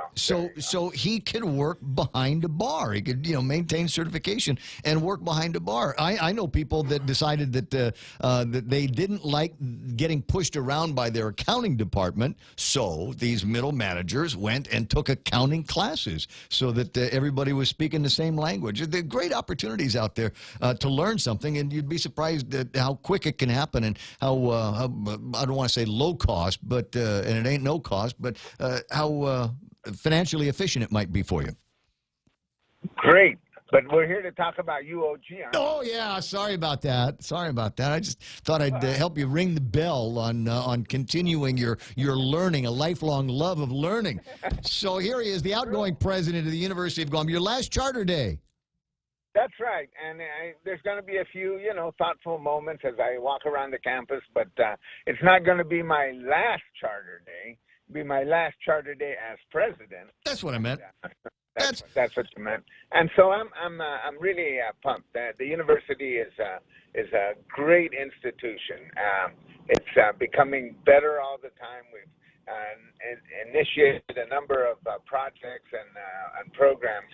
But beyond that, it's just a time to celebrate. And so I just wanted to make sure that people understand that when we say it's Charter Day, it's our charter as a University of Guam, which means that 50 years ago, we issued the first graduate degrees, first master's degrees, which is what usually separates universities from colleges. So, What's going to be going on today? There's a lot happening, is my understanding. Can you pick out 3 or 4 things that, for people that aren't necessarily part of the university community, are kind of the must-attends today? Okay, well, of course, there's the courtyard activities, and the courtyard activities is where all the booths are and where the, construction of huts, competition, dancing, ROTC displays, everything that you can imagine that's sort of fun goes on there. Mm-hmm. Now, there are side activities as well. There's tours of the Marine Lab and going over to CNAS, so you can, College of Natural and Applied Sciences, so you can see real live rhinoceros beetles and how to kill them. And, just kind of learn a little bit about our natural environment. And over in the Calvo Fieldhouse, we have the Inasagintino Chamorro, which is the Chamorro language competition. And that's always a big draw, too. It's such a big draw, we have to have it at the Fieldhouse. Yes. So those three elements of it, I think, are probably the highlights. We'll have a ceremony at 9 o'clock. I'll give a short speech and try to pump everybody up and remind everybody about why we're here, in addition to having fun. And then we'll welcome probably at least 5,000 young people, middle school and high school age, coming to campus and just having a great time. It sounds like a whole lot of fun, and having participated in Charter Day and back in the old days Charter Night activities, I can tell you that it is kind of nonstop fun on the campus, and a great chance for everybody to show off what it is that goes on at our, I don't want to call it the community college, but our community university out in Manila. I did want to get some just a couple of questions out here. You said that there's going to be a demonstration on how to kill a rhinoceros beetle, and that's not easy. No, it isn't. It isn't. That's a hardy bug. It's a hardy bug, and so obviously our scientists are all the time trying to figure out different techniques. And eventually, through collaboration with other academics and researchers and even our local Department of Agriculture, of course, we're going to find a way to do it. But it's just something that takes resources and intellectual power. And that's why the University of Guam, I believe, touches every single person on this island in one way or another. We're all affected by what's going on campus, whether you go to school there or not, whether you're a recipient of service, whether you're a beneficiary of research, whether you just have a problem to solve that's kind of nagging at you. UOG provides all those opportunities for the island. Very proud of that institution. Getting back to the conversation about the rhinoceros beetle, before it turns into that hard-shelled bug, it's a kind of a larva, a worm, if you will. Right. Yeah. And so do you know of any of the might be one of those cultural tents that you've got down there, the huts? You're aware of? Is anybody maybe from the outer islands going to be whipping anything up that features the eating of the larva of the rhinoceros beetle? I don't know. People have thought about that for snakes too, but apparently people don't like larvae or snakes enough. Yeah, it's got to be worse than furlough if I'm going to eat one of those things. But it's nutritious and delicious and tastes just like chicken. That's what they say. Now, as I said, this will be your last as the president of the University of Guam. Have they started with the replacement of Robert Underwood? When do you suppose they might have somebody that can take a knee and be crowned the new president? Well, according to the search committee and the people running it, they should be able to start interviewing in May. It's been announced around the world actually, and it's a pretty impressive package that has been circulated about the university and what it is and the island and the region and what they expect of a new president. So that's been out, and the applications, I believe, are due by so hurry up over there and fill out your applications due by the end of April, start in May, and hopefully have someone in place by June. Okay, and by then I ought to have a whole lineup put together, producers, marketing, and promotions for the Robert Underwood in the Afternoon show here on The Point. Yeah, that's a possibility. Well, I don't discount it. Well, yay! Well, and no, this is a good thing. The guy's got like 18 retirement checks coming in a month, so I don't have to pay him. Which just awesome. Well, personal pride says, at least pay me minimum wage. It's family, Unc. It's family. Listen, I'm gonna let you go. I know you got a big day ahead of you. Congratulations to all the students and the faculty and all the team at the University of Guam on your Charter Day. All right. Thank you so much, Ray. You're welcome.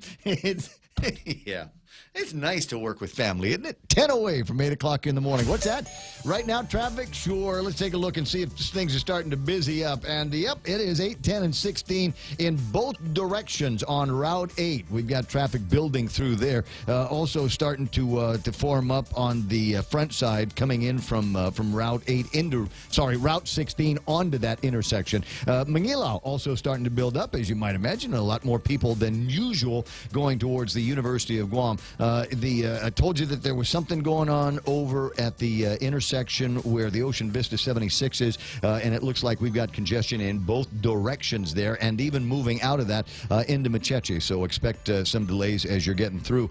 Anywhere else up north, in fact, north of the Micronesia Mall, all of the access ways into Route 16 and onto Marine Corps Drive are busy this morning. It must be drive time. 10 away from 8 o'clock in the morning. That's Right Now traffic on The Point. We have those moments in our lives that happen unpredictably. The unexpected instances that we did not really need. Now you can count on us to stay well, pa-pa-da to live well, pa-pa-da to stay well, making sure you stay well. Oh, I'll lift you up when times are low. I'll see how far we'll go, and stay well. Staywell Insurance. See how far we'll go.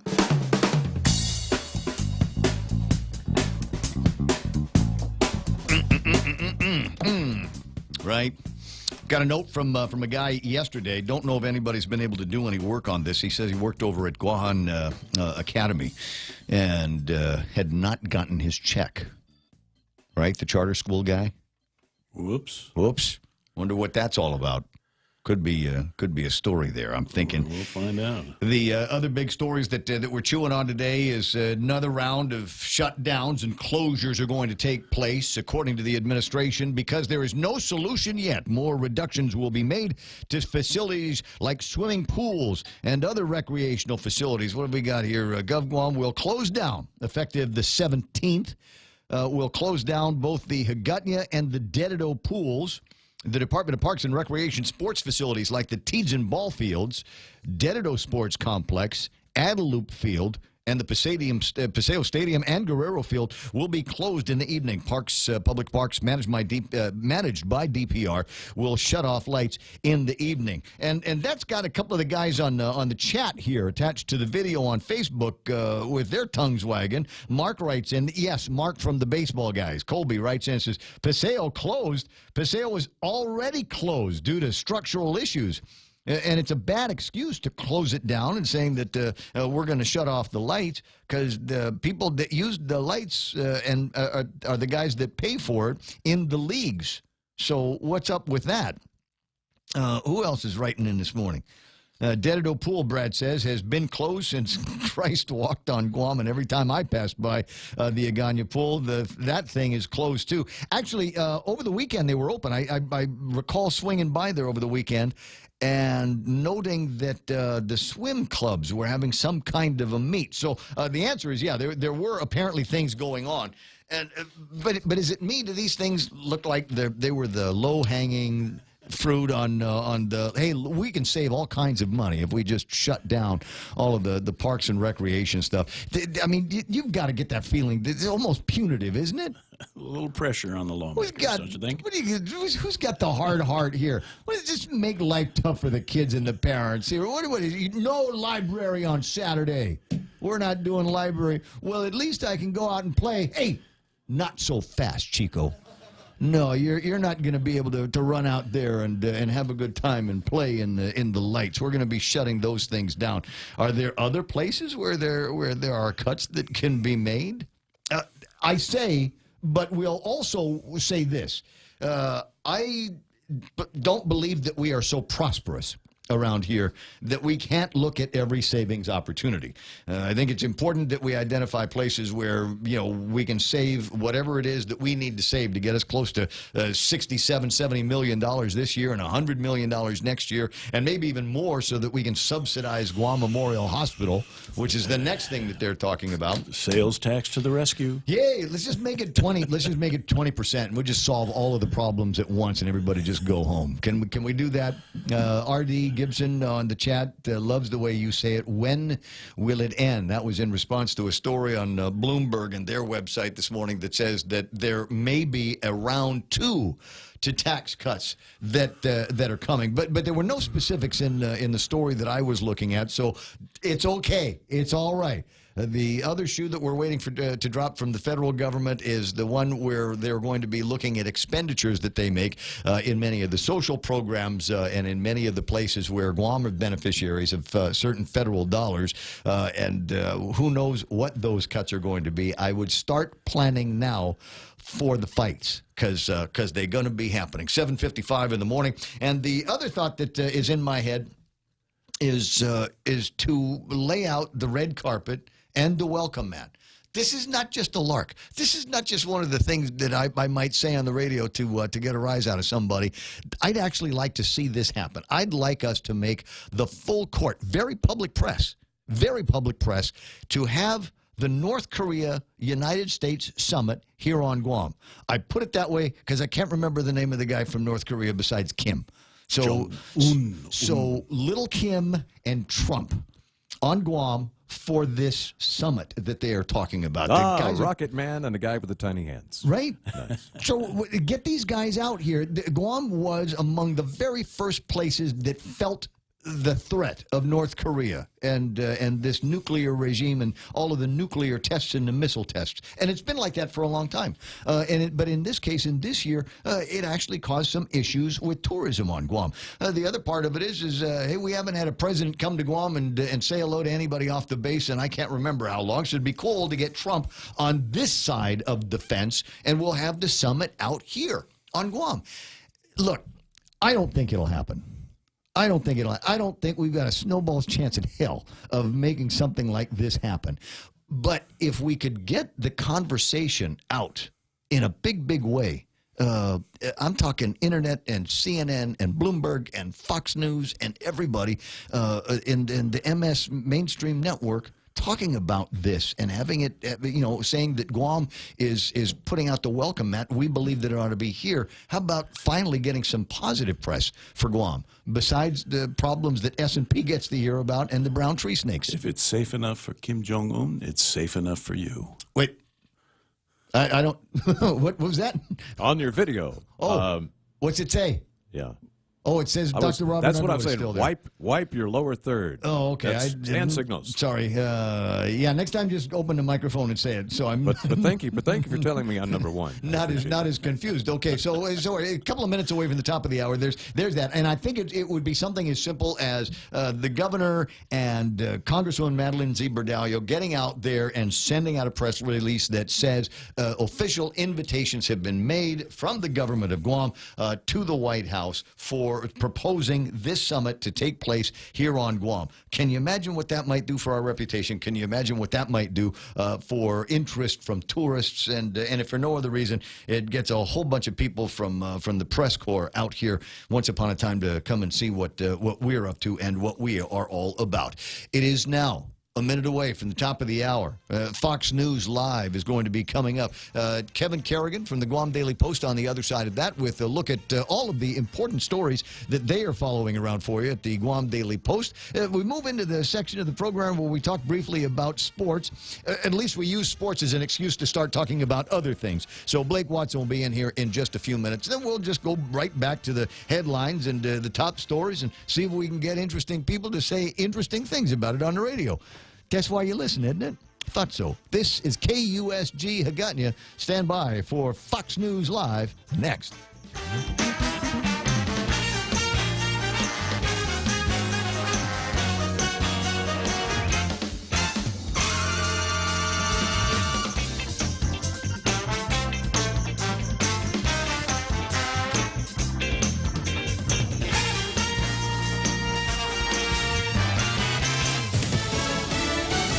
They could be linked. I'm Lisa Lacera, Fox News. Authorities in Austin, Texas, considering whether race is a factor in a trio of package bombs that killed 2 people and wounded another 2. Fox's Gernal Scott has this live. Lisa, the bombings today, according to Austin police, are similar to one in early March that killed another man. Chief Brian Manley says a motive is, for now, unclear. We do not have a specific victimology or ideology that we have identified. But the homes that were targeted today belong to African Americans, so hate crimes are being considered. Chief Manley urges people to watch what is brought to their homes. If the package that is delivered to your doorstep looks suspicious in any way, call 911, report it. The FBI is helping with this investigation, Lisa. Gernal blaming Congress. White House spokeswoman Sarah Sanders says President Trump still wants to change the minimum age to purchase assault weapons. He hasn't backed away from these things at all. As I just said, they're still outlined in the plan, but he can't make them happen with a broad stroke of the pen. Right now, Sanders says the president's primary focus is pushing through policies on gun safety that have broad bipartisan support. British Prime Minister Theresa May says Russia is highly likely to blame for poisoning a former spy and his daughter. Either this was a direct act by the Russian state against our country, or the Russian government lost control of its potentially catastrophically damaging nerve agent. Russia's foreign ministry dismissed the allegations as a circus show in the British Parliament.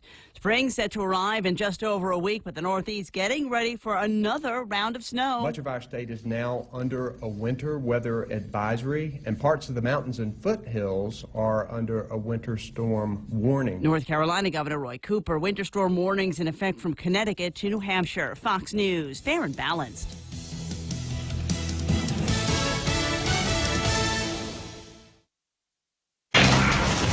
We first opened about 10 years ago. We were small, just a few of us, but it was exciting. I always dreamt of having my own business. It was kind of slow at first, but things started picking up. We had big plans. But in our wildest dreams, we never thought we'd have this much work. Yeah, with so many businesses caught off guard by the storm, Reed Waste Management has never been busier. What will become of your business after a disaster? Nearly 2/3 of businesses aren't prepared for an emergency, and 40% of businesses that experience a disaster never recover. Make an emergency plan now, before it's too late. For a free online tool that helps you develop an emergency plan to keep your business up and running should disaster strike, visit ready.gov/business. Brought to you by the Federal Emergency Management Agency, the American Red Cross, and the Ad Council. Republicans and Democrats alike closely watching tomorrow's special congressional election in Pennsylvania. This is the heart of Trump country. Democrats have been outspent 5-1 by Republicans in this seat. This ought to be a layup for Republicans. This is a steel area. It's a union area. These are the type of Trump voters that came to the table. One of the things to watch is whether or not the Trump voters show up. Special elections tend to be just that, special. You don't have the usual people who show up on Election Day in the midterms or certainly in a presidential race. Typically, voters who show up for elections, presidential elections, they show up for just that, presidential elections. But the Trump voter is a little bit of an anomaly in politics, and that might portend well for the Republican Rick Saccone in this race. Fox's Chad Perkman at the Capitol. President Trump and son Donald Trump Jr. have both campaigned for Republican Rick Saccone. The National Transportation Safety Board now on the scene after a deadly helicopter crash in New York City's East River. The lone survivor, the pilot, told investigators he believed a passenger's bag might have hit an emergency fuel shutoff switch moments before the chopper went down. An international manhunt after the murder of a New York college student. The search for a person of interest in the death of the nursing student now spans at least 2 countries, the U.S. and an unknown foreign nation. 22-year-old Haley Anderson was found dead at an off-campus residence near Binghamton University in upstate New York Friday afternoon. Binghamton police say the person of interest is a male nursing student who had a previous romantic relationship with Anderson. He fled the country before police found the 22-year-old woman's body. Police don't know his location. Anna Wells, Fox News. Apple's streaming service, Apple Music, now reporting 38 million subscribers, up from 36 million in February. Apple is battling Amazon and Google for subscribers. Apple's number compares to 71 million premium subscribers at the end of last year for leader Spotify. Lisa Lacera, Fox News Radio.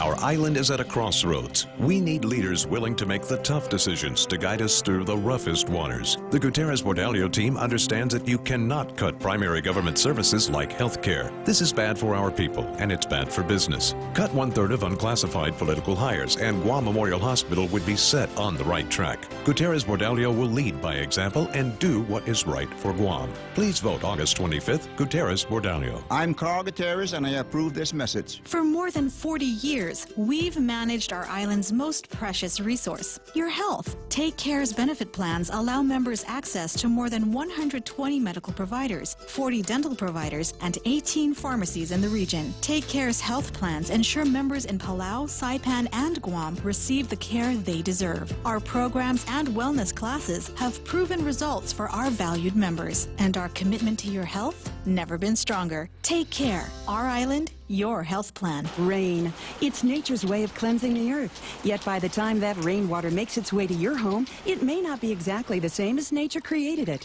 A Connecticut water treatment system can improve the quality of the water you and your family drink and use throughout your home, so you can be sure your water is clear, clean, and fresh, just as nature intended it to be. Connecticut, for refreshing ideas on water. American Water Tech. Smarter water, better water. Call American Water Tech, 649-2301, or email info@americanwatertech.com. At GTA, we believe you deserve better than home internet with hidden data fees. That's why all our internet plans are unlimited, because binging movies in bed shouldn't make you want to hide under the covers when the bill arrives. So the choice is yours. Bill shock with the other guys?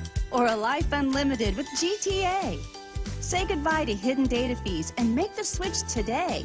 GTA, your island, your network. At Micronesia Renewable Energy, values matter. So all of their solar energy systems come with guarantees and the most value. No shortcuts, all quality. It's giving you that solar energy system at the best price. It's using highly efficient solar panels with typhoon-proven racking, built by highly skilled local technicians, so your system performs and saves you money. It's total peace of mind all the time. Not all solar companies are created equal. For experienced quality solar, it's MRE. Call 632-2613. MRE, the smarter choice.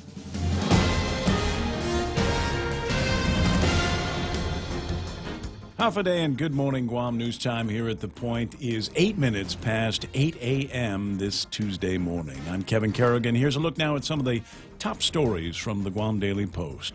A hiring freeze on teachers and delaying the next school year up to October are two of several cost-saving measures the Guam Education Board is planning to discuss tonight. The Guam Department of Education also proposing to limit the use of substitute teachers and shutting down school facilities in the evenings, on weekends, and during the summer. Education Superintendent John Fernandez announcing yesterday that he'll also ask the board to implement a 32-hour work week following a 90-day notice period. The cuts are intended to save up to $9 million on top of the $12 million that Guam DOE has already announced that it will cut in the past month. Public pools, parks, and ball fields will close effective this Saturday by order of Governor Calvo, who's continuing his efforts to reduce spending in the face of the $67 million fiscal crisis now facing GovGuam. Effective Saturday, the Agana and Dedido swimming pools will close. Lights will be shut off at all public parks managed by the Department of Parks and Recreation. All sports facilities managed by Parks and Rec will also be closed at night, including the Teedzin softball field, the Dedido Sports Complex, the the Adelup front lawn, and the Guerrero Field. The administration blames the cuts in service on the legislature's failure to approve a 2% sales tax to help resolve the fiscal crisis. Lawmakers are slated to go back into session at 10 o'clock this morning to continue deliberations on that proposed tax increase. We'll have more news after this. Wendy's welcomes the new Smoky Mushroom Bacon Cheeseburger, featuring smoky, sautéed portobello mushrooms, melted Asiago cheese, crispy applewood smoked bacon, and crunchy fried onions atop a juicy beef patty. For those craving the same great taste, Wendy's Smoky Mushroom Bacon Potato is also loaded with sautéed portobello mushrooms, cheddar cheese sauce, and crispy applewood smoked bacon. Here, for a limited time, get a delicious Smoky Mushroom Bacon Cheeseburger and Smoky Mushroom Bacon Potato today. Wendy's. Now that's better. As we journey through the new year, we here at APL continue to find ways to better deliver our island's resources with innovative and cost-effective solutions, lending our helping hands by carrying your freight safely from the U.S. mainland or anywhere in our global network. We humbly honor the opportunities to continue to work and connect with you and your business. We are APL, and we are here for you.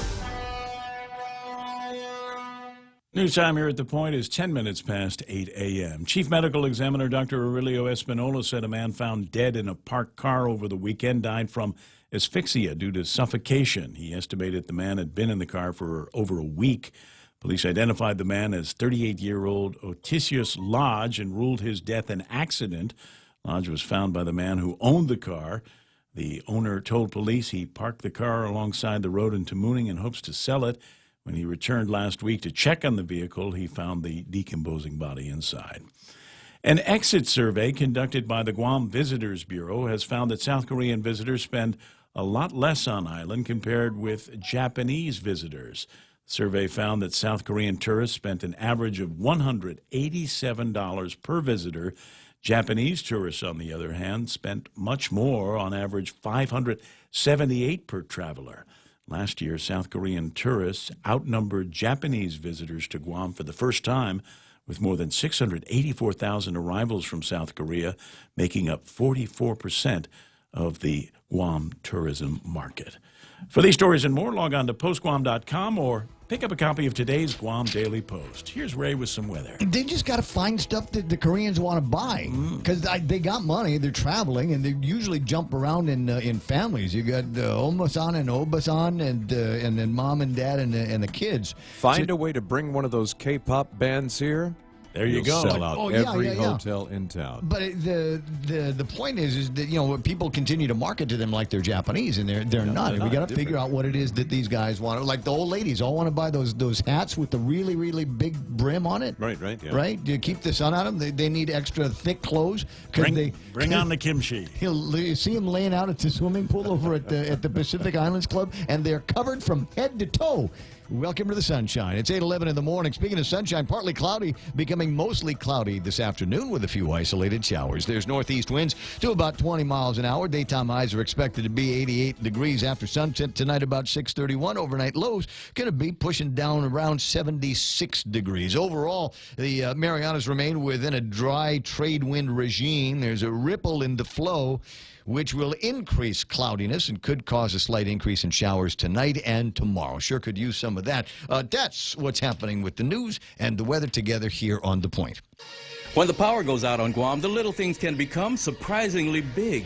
Small comforts are often the things we miss most during a power outage. That is why Kohler built the fastest responding generator sets in the industry. Whether you are at home or away, a residential Kohler generator will enable you and your family to live life without interruption. Kohler gas, LPG, and diesel power systems are available from Morico Equipment, LLC on EPAL Road. Call 649-1946. That's 649-1946. This portion of the program is brought to you by King's Restaurant, serving Guam favorites to families like yours for over 40 years. King's Restaurant, always open and always local. Relax, enjoy, and be greeted by the spectacular view of Hagåtña Bay when you visit the Point at the Sheraton Laguna Guam. Gaze into the beautiful sunset as you unwind to the music of Philip Garcia and Natasha on Wednesdays, Mama Shar and Nina on Thursdays, Philip Garcia and Louise Munia on Fridays, and Jack Larimer on Saturdays. Open daily from 8 a.m. to 11 p.m. Happy hour from 5 to 8 p.m. with all cocktail drinks for $7. Receive a discount when you present your SPG card. Call Peter Yaban at 646-2222 for reservations at the Point at the Sheraton Laguna Guam Resort.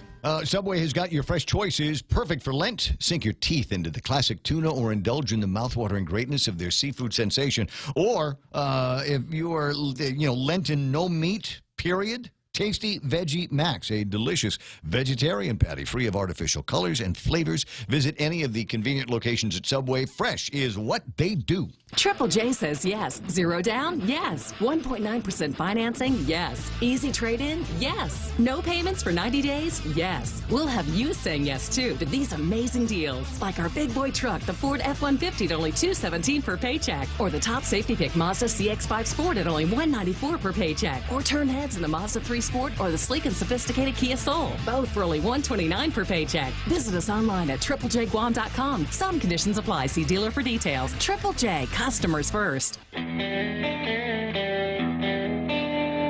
Morning talk that matters. The Ray Gibson Show. Call now. 888-TALK. That's 888-8255. Quarter after 8 o'clock in the morning. Hello there. My name is Raymond, and this is the Ray Gibson Show on The Point. Mike gets the phone when you dial 888-8255. Kevin Kerrigan from the Guam Daily Post, keeping us up to speed on what's happening and what the big stories are. And maybe every once in a while answering a question that I feel like I've gaslamped myself on this, so I'm not sure what the answer is. I better ask somebody that pays more attention than me. Mary Castro on the chat is asking, have the furlough notices gone out? Have they officially, on paper, gone out yet? I don't know. Sorry. We'll have to.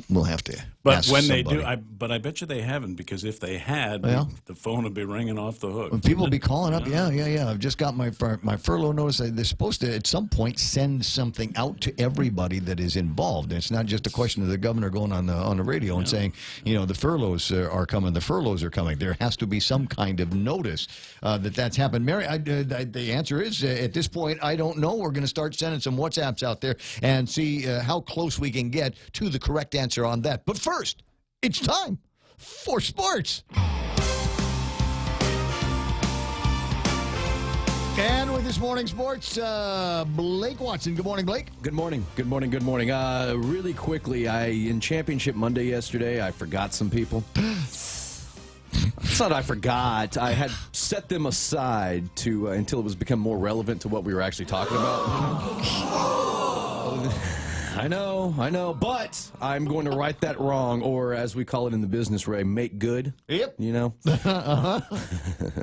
Seventh straight year, the GW Lady Gecko rugby team are the champions. 7 years in a row, and they were actually down at halftime. They had to play their bitter rivals, the Academy Cougars, for the championship this year, and I believe they were down something like 25-8. I mean, they were down by double digits to single digits at halftime. This is rugby, so is it a high number is the winning number, or a low number is the winning? High number is the winning. Okay, so it's not like golf. No.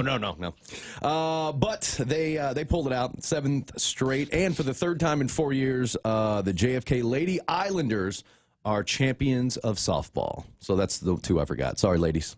Man, you're going to be in trouble with So the not girls. only can a gecko save you tons of money on car insurance, but they play rugby also, pretty well, too. pretty good on the sports fields. Well, that's all right. And so no sooner do we start talking about March Madness, sports section at PDN has got the bracket out. Have you had a chance to take a look at that yet? I have. I was reading Kevin Kerrigan. I read an extra Kevin Kerrigan article this morning. Oh, you did? Because I didn't know. Apparently, I don't know how lines work. So I read half of the front page article. And then when I went to page 5, I read a whole other article about sales tax, and I didn't finish the original article that I was looking for. But it was about cutting cutting the funding for the pools and for the parks and turning off all the lights on all the basketball courts. Mark and all that. Colby is writing in this morning on my chat saying, how would anybody notice that Paseo Stadium has been closed? Yeah, that's true. But so, boy, there we are. Is don't you push back against Adelup, or we'll close something even harder. They even closed their own lawn. They closed the Adelup lawn. Yeah, how do you close a lawn? Just turn the lights off.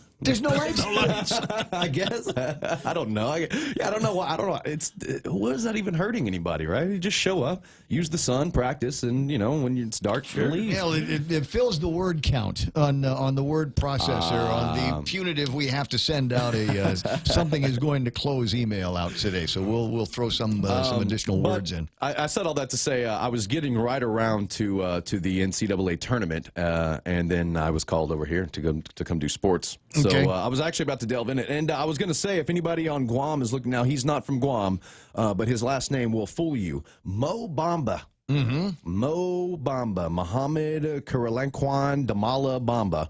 He is from Harlem. He is 19. He is a freshman at the University of Texas, and he is one of the top players going into the tournament. One of the most anticipated players that people want to see play. Mo Bamba. So what should I do? I'm a UOG kind of guy. I don't have a college team that I'm rooting for. So as we move into this NCAA thing, how do I become activated? How do I love March Madness? Now, the thing about loving March Madness, and maybe you can help me out here with this, Mike, is my whole deal is I'm not very good, and most people, there's so much basketball that it's really just impossible to keep up with it. So I would just look at the numbers by the teams, and the higher the number, the better off you are at probably projecting them to that's what win. I do at the bracket at the end of the football season. I just, you take a look at some of the win-loss. But you got to go with your gut. If you see one of the lower-ranked teams, the lower-seeded teams, and you think, that could be an upset. Go for it. Go for it. You never know. That's true. It'll either make your bracket or completely destroy it. So they used to have a dog track here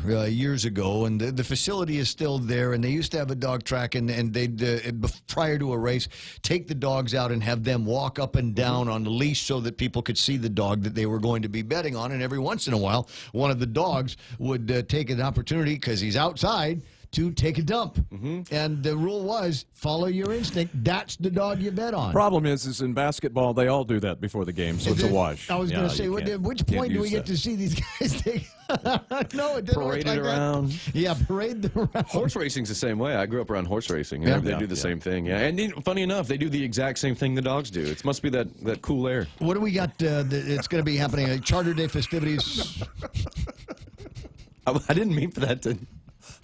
Charter Day activities at the University of Guam, and that's the big deal for today. What's the other big deal sports-wise in the next few days? What should we be looking for? We're wrapping up IIAG third quarter sports. That the volleyball jamboree, by the way, that wrapped up over the weekend was a success, and fourth quarter sports should be coming up, which we got, I believe, girls soccer. We've got track and field, and then I believe that depends on which age group we're talking about. High school. Okay, I think that's yes. And then paddling, and then I want to say there's one, maybe I don't know. I have to look, but yeah, fourth quarter sports will be starting probably sometime next week. Okay. Anybody famous coming around here? Not to my knowledge. Manny Pacquiao fighting anybody that we need to know about? Not to my knowledge, not just yet. Yes, sir. It should also be noted that today officially kicks off the time for free agency in the NFL. There was a big, for all the NFL fans listening, Richard Sherman has walked across the street and signed with the bitter rival 49ers. Yeah. So the hated 49ers. Yeah, so he went from Seattle Seahawks, and now he will be playing in the Bay. So he's a 49er now. So the Niners got Garoppolo, and they, won 3 of their last 4, right? Yep, after not winning any and with now they're going to shore up their defense. San Fran's going to be a team to watch next year. It's going to be on the rise. Oh, and by the way, real quick, in case you want a really crash course into your bracket,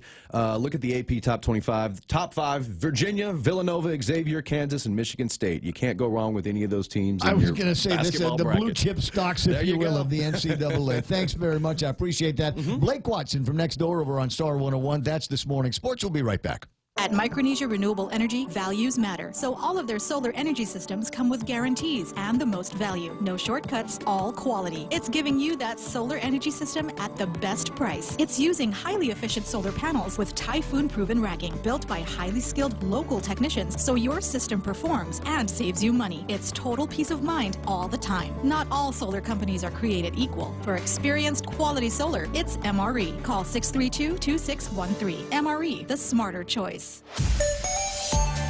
Man, I would think that by now traffic would begin to lighten up and we'd see a whole lot less congestion, but that's certainly not the case. Second string traffic backed up from Marine Corps Drive up in Dededo all the way into town. And when I say into town, I mean right up to the intersection of GRMC, even south of that. But it should get you should be able to get all the way through that by the time you get to about where St. John's is. Might be some traffic hassles getting from let me see, your Route 27. Onto Route 16. Route 16 headed up the hill towards Barragata. A little bit of a slowdown there. Access roadways at the intersection at the airport and Tiedzen are slowing down a little bit as well. 8, 10, and 16, that intersection for the most part is clear, but south of that, traffic in both directions starting to snag up. Don't see anything else that you need to know about right now. Traffic presented as a courtesy here on The Point. For over 55 years, Community First has served our island as a full-service financial institution. And now, we're proud to introduce the new Community First Student-Run Credit Union, open in Mangilao on Route 10, Guam's first student-run financial institution, which means it's operated by college students like us, ready to serve all our members, existing and new. We're just down the road from UOG and GCC. Community First Guam Federal Credit Union, now open in Mangilao. This credit union is federally insured by NCUA.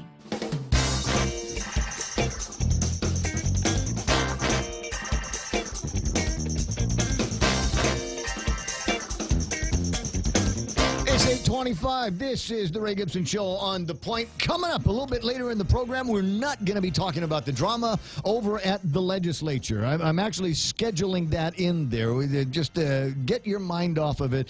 Between 9 and 10 o'clock in the morning, I should be able to maintain a sales tax discussion-free zone around the program. We got a couple of people that are going to be coming in and sharing some thoughts about maybe different ways that you can do some things with your own personal finance. And there is also, you should be hearing a little bit more about this, the Chamber Business Women's Network and their Women in Transition forum. Neil Nedley, maybe back in the studio. He was here last week, founder and medical director of the Nedley Depression and Anxiety Recovery Programs. But he's just one of the folks that are going to be a part of this get-together. The moderators include Sandra McKeever, Christine Lujan, Marilyn Borja, and Darlene Garcia. And I think if I did it right, if I'm talking about the right person, I just friended her on Facebook, or she just friended me on Facebook. But I've confirmed, and maybe that way we'll be, I don't know, better friends when she gets into the studio to talk about the role that she will have as they go through this at the Hilton's Galleria on Friday, March the 16th. I'll get you, as I said, some details on that. The guys from Community First are going to be coming into the studio. And oh, you know who we didn't call? I got to call that guy Brian. Can you see if you can snag him just fast? Brian Leon Guerrero. I gave you the number this morning. Sorry, we were supposed to do him during the sports report. Reason why is he dropped off a PSA, and I thought this was interesting because this will have resonance to some of the people in a particular age group. But the University of Guam Tritons football reunion for coaches, players, cheerleaders from the 70s and 80s is going to be taking place this Sunday, and I wanted to see if I could share some details with you on from Brian on this particular get-together, the wheres and the whens, and some of the things that you might want to bring with you on that. Why? Because it was the Tritons in the 70s and 80s, and I tell you what, there was some great football going on. We didn't have any shutdowns. They had the lights on in the field, and there were sponsors, and it was the OG Tritons, and they'd take on all of the comers, and they'd have teams from the big bases and the military units come out, and it was a great kind of Friday night under the lights thing, and it was just a wonder to be a part of. So a lot of people with a lot of great memories on that.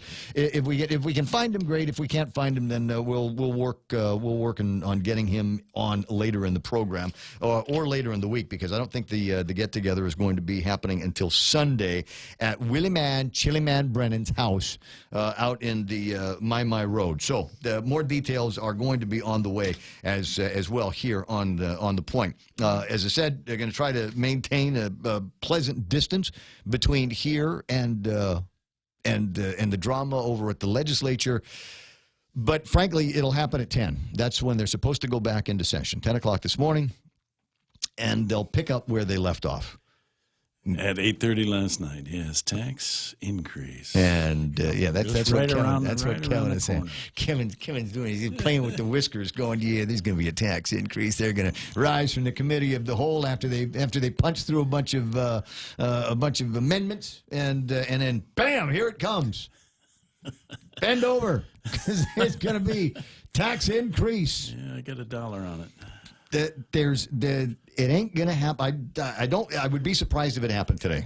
Number one, BJ's not here. Number two, I still have not heard about anything that has to do with that. That's why they put that reorganization language in that measure last night.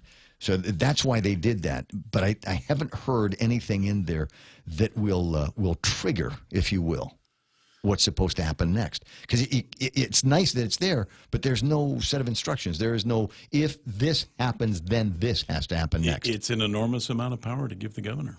And they're obviously happy with it. The amendment passed, so it's just a question of putting the guidelines in there for the government the governor, whoever it happens to be, to do something with it. Will he exercise that power? That's the question. 8:28 in the morning. Let's see what John knows. Hey, John. Hey, good morning. How's it going? You know what? I'm doing all right. You know, because I was thinking about this morning as I made my way into work. The governor has not yet shut down anything that matters to me. And that's the hard part. But I think he's going to keep going until he gets me. At some point, he's going to find that one thing and go. Sooner or later. Yeah. No. Oh man, get out of here! Really? It's got to be that? You got to be kidding. Right? I don't know. He's going to shut off the lights on the sidewalk, so when I run and I get to an intersection, I have to wait until there's an opening instead of waiting for the little white man to tell me I can walk. Right. Well, you know what's funny is how he announces the closures. Let's say, so this one here, he talks about public parks, pools, gyms, and sports fields starting on March 17th. Uh-huh. What's interesting is, why aren't they talking about how the pool up in Dedado has been closed for many months because whoever designed it pretty much designed a piece of junk. So for him to say he's going to close it, that thing hasn't been open. Well, and Mark Colby, the voice of Major League on Guam, has chimed in this morning on my chat and says, what's the big deal about closing the Paseo Stadium? It's been closed. They've closed it for safety reasons weeks ago. Exactly. And then you have a Ganya pool where, there's swim teams that are there that, mind you, they go and represent Guam even in the Olympics, yet they can't keep that up and running. And Thank you for saying that. That was a point that was rattling around in my head, and has always kind of rattled around in my head. Every once in a while, they'll get to a situation where they don't have enough salt or chlorine or whatever it is that they're using to keep the pool clean out there, and they will go weeks and weeks and weeks without anything. The water's green, or if there's any water in there at all. And at the end of this, we go, we try to encourage our kids to reach for the stars, but if you want to be an Olympic swimmer, the only way that you're going to learn to be an Olympic swimmer is swim in a pool that's like the kind they have in the Olympics. And if you can't do that, you're not going to get the training. Ocean swimming is completely different. Swimming at your neighbor's swimming pool at the hotel, it's different. That's correct. And so here's my thing is, they want our kids to, reach for the stars and stuff, but making things like this is completely sending a different message to them. And then for our kids to say, well, I have to go off island to receive this kind of training so that I can represent my island and come back, it still defeats the purpose of why are we doing anything for our kids here. I'm telling you, swimming is probably one of the best sports because physically all around, cardio, you name it, but to go to that pool, probably the only thing it does is it helps you in your immune system.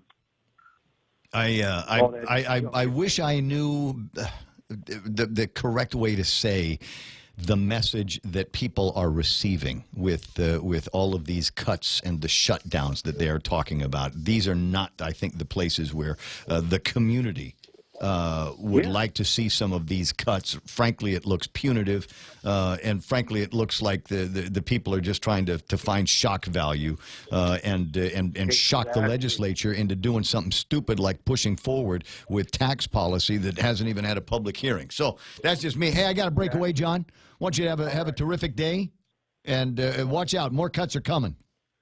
Property tax. Let's do it.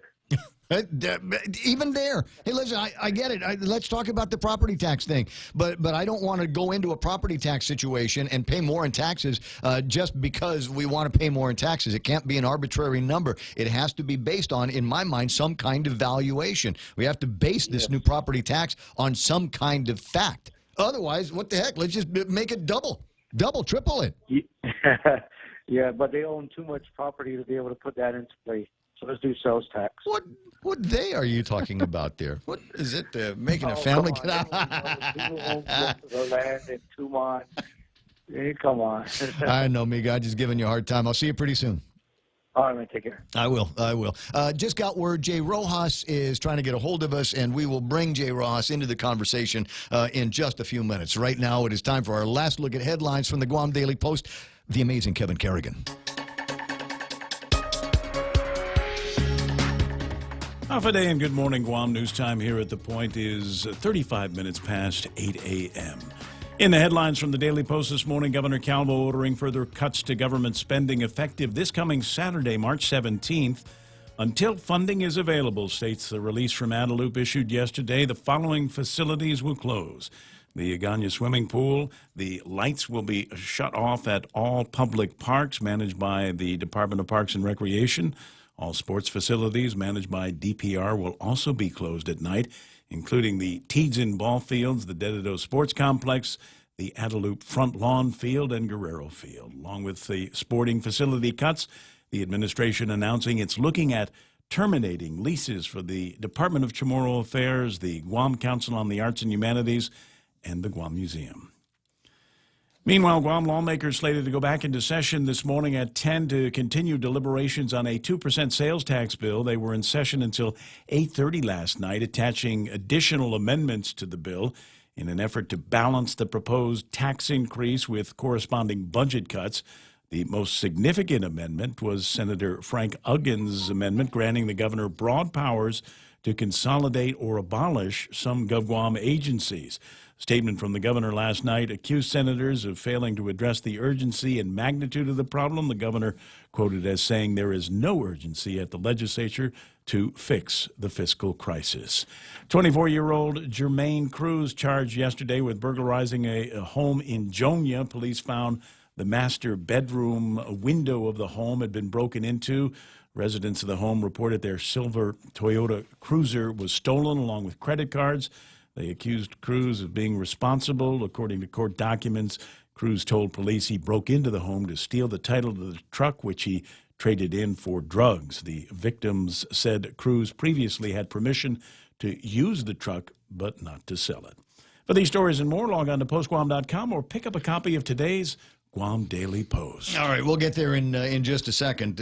Wanted to take a look at the last press release that we've got from the governor's office, 9/13 last night, after the legislature went home without doing what they wanted them to do.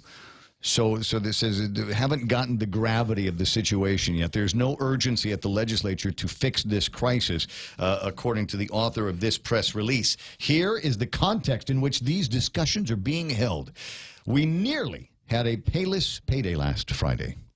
And the question is define nearly, define barely. I'd like to know how close to short were we? Was it $1? Was it $1 million?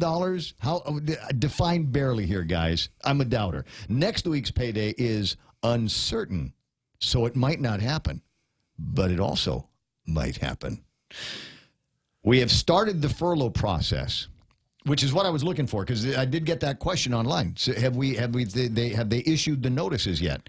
And that's the first thing that you got to do. If you look at Section H, Section K of Section H, that's the first thing that you've got to do is start issuing notices. So if you haven't issued the notice yet, guess what? You haven't started the furlough process. You're talking about starting the furlough process, but it's not the same until the notices go out. We've started making cuts in services, and we're currently on credit watch by S&P. And that is all of that. So just so you know.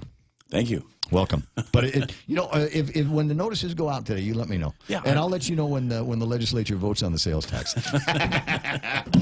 Have a great day. I will. Kevin Kerrigan, ladies and gentlemen, it's 8:37. We'll call that iConnect time. Hop on over to iConnect and receive a free gift and automatic entry to win an iPhone 10 with every new 12-month plan from now until Easter. Are you a veteran or on active duty looking for a home loan and VA eligible? Then Bank Pacific stores are open to you, where we are a VA-approved preferred lender. That simply means we can give you faster credit approvals and loan closing. And with today's super low rates, you just can't go wrong. Bank Pacific's My VA Loan, where we're open to closing your loan in a hurry. Bank Pacific, where others put branches, we place roots. Equal housing lender, credit conditions apply. Viva Bank Pacific. Security Title is honored to join in sponsoring Ray Gibson on The Point. Buenas and Hafade, Guahusi Clareming Lotnya of Malolo. And this is where I start my day, listening to the voices of our community and sharing thoughts about issues that affect all of us. It all boils down to our people and our land. Protehi itanotmu, protect your land. When it comes to your family land, remember to call the professionals at Security Title, just like you call Ray Gibson in the morning. Chili's has the seafood you crave, the flavors you love, at a great price with our 3 for Me Lent menu. For just $15, you can get a beverage, fresh salad, and a Lent-friendly entree. First, choose from a refreshing Coca-Cola, iced tea, or Heineken on draft. Then enjoy a fresh house salad right before you indulge in your choice of a mouth-watering entree, like our spicy shrimp tacos, savory Cajun pasta with shrimp, or our flavorful grilled ancho salmon. Chili's 3 for Me Lent menu for just $15. Available for a limited time. Chili's, more life happens here.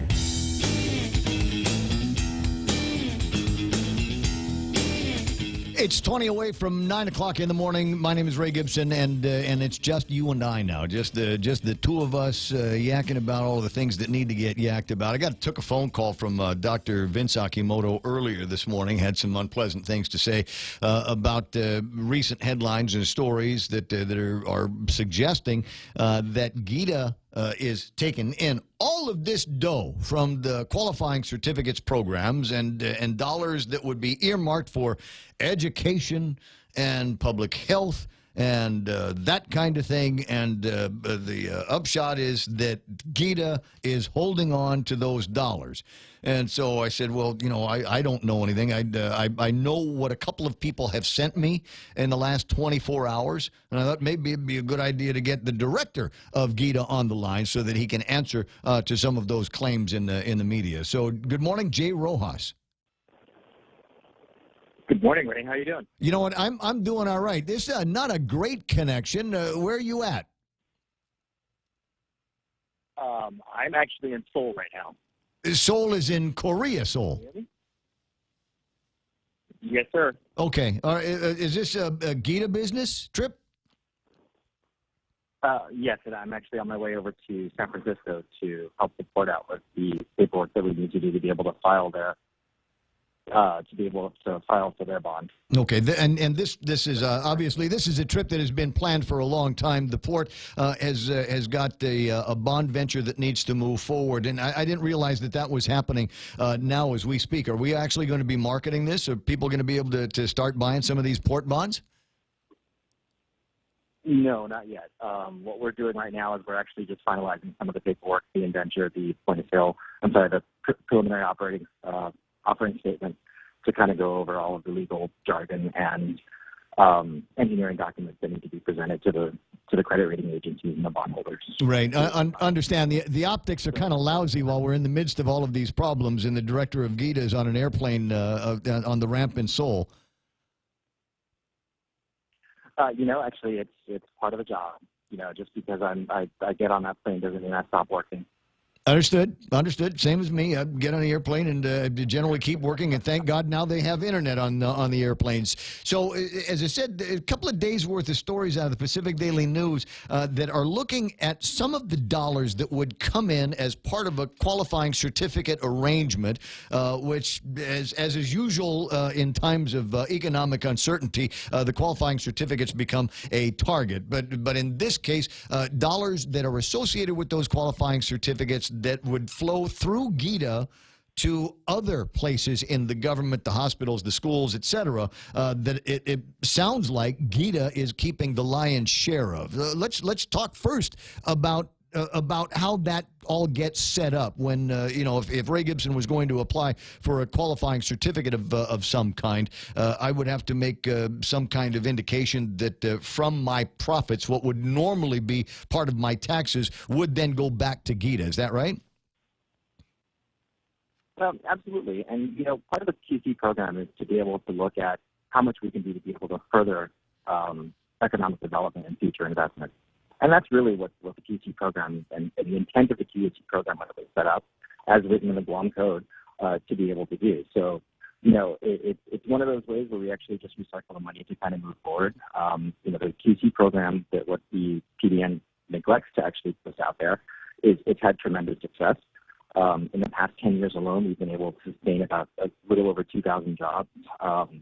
It's contributed about $1 billion into the economy as far as payroll is concerned, and that doesn't include any benefits. Plus, the total economic impact that we actually have on the island in the past 10 years for the QCs that we've issued is $2.5 billion. So we'd like to be able to continue to grow that.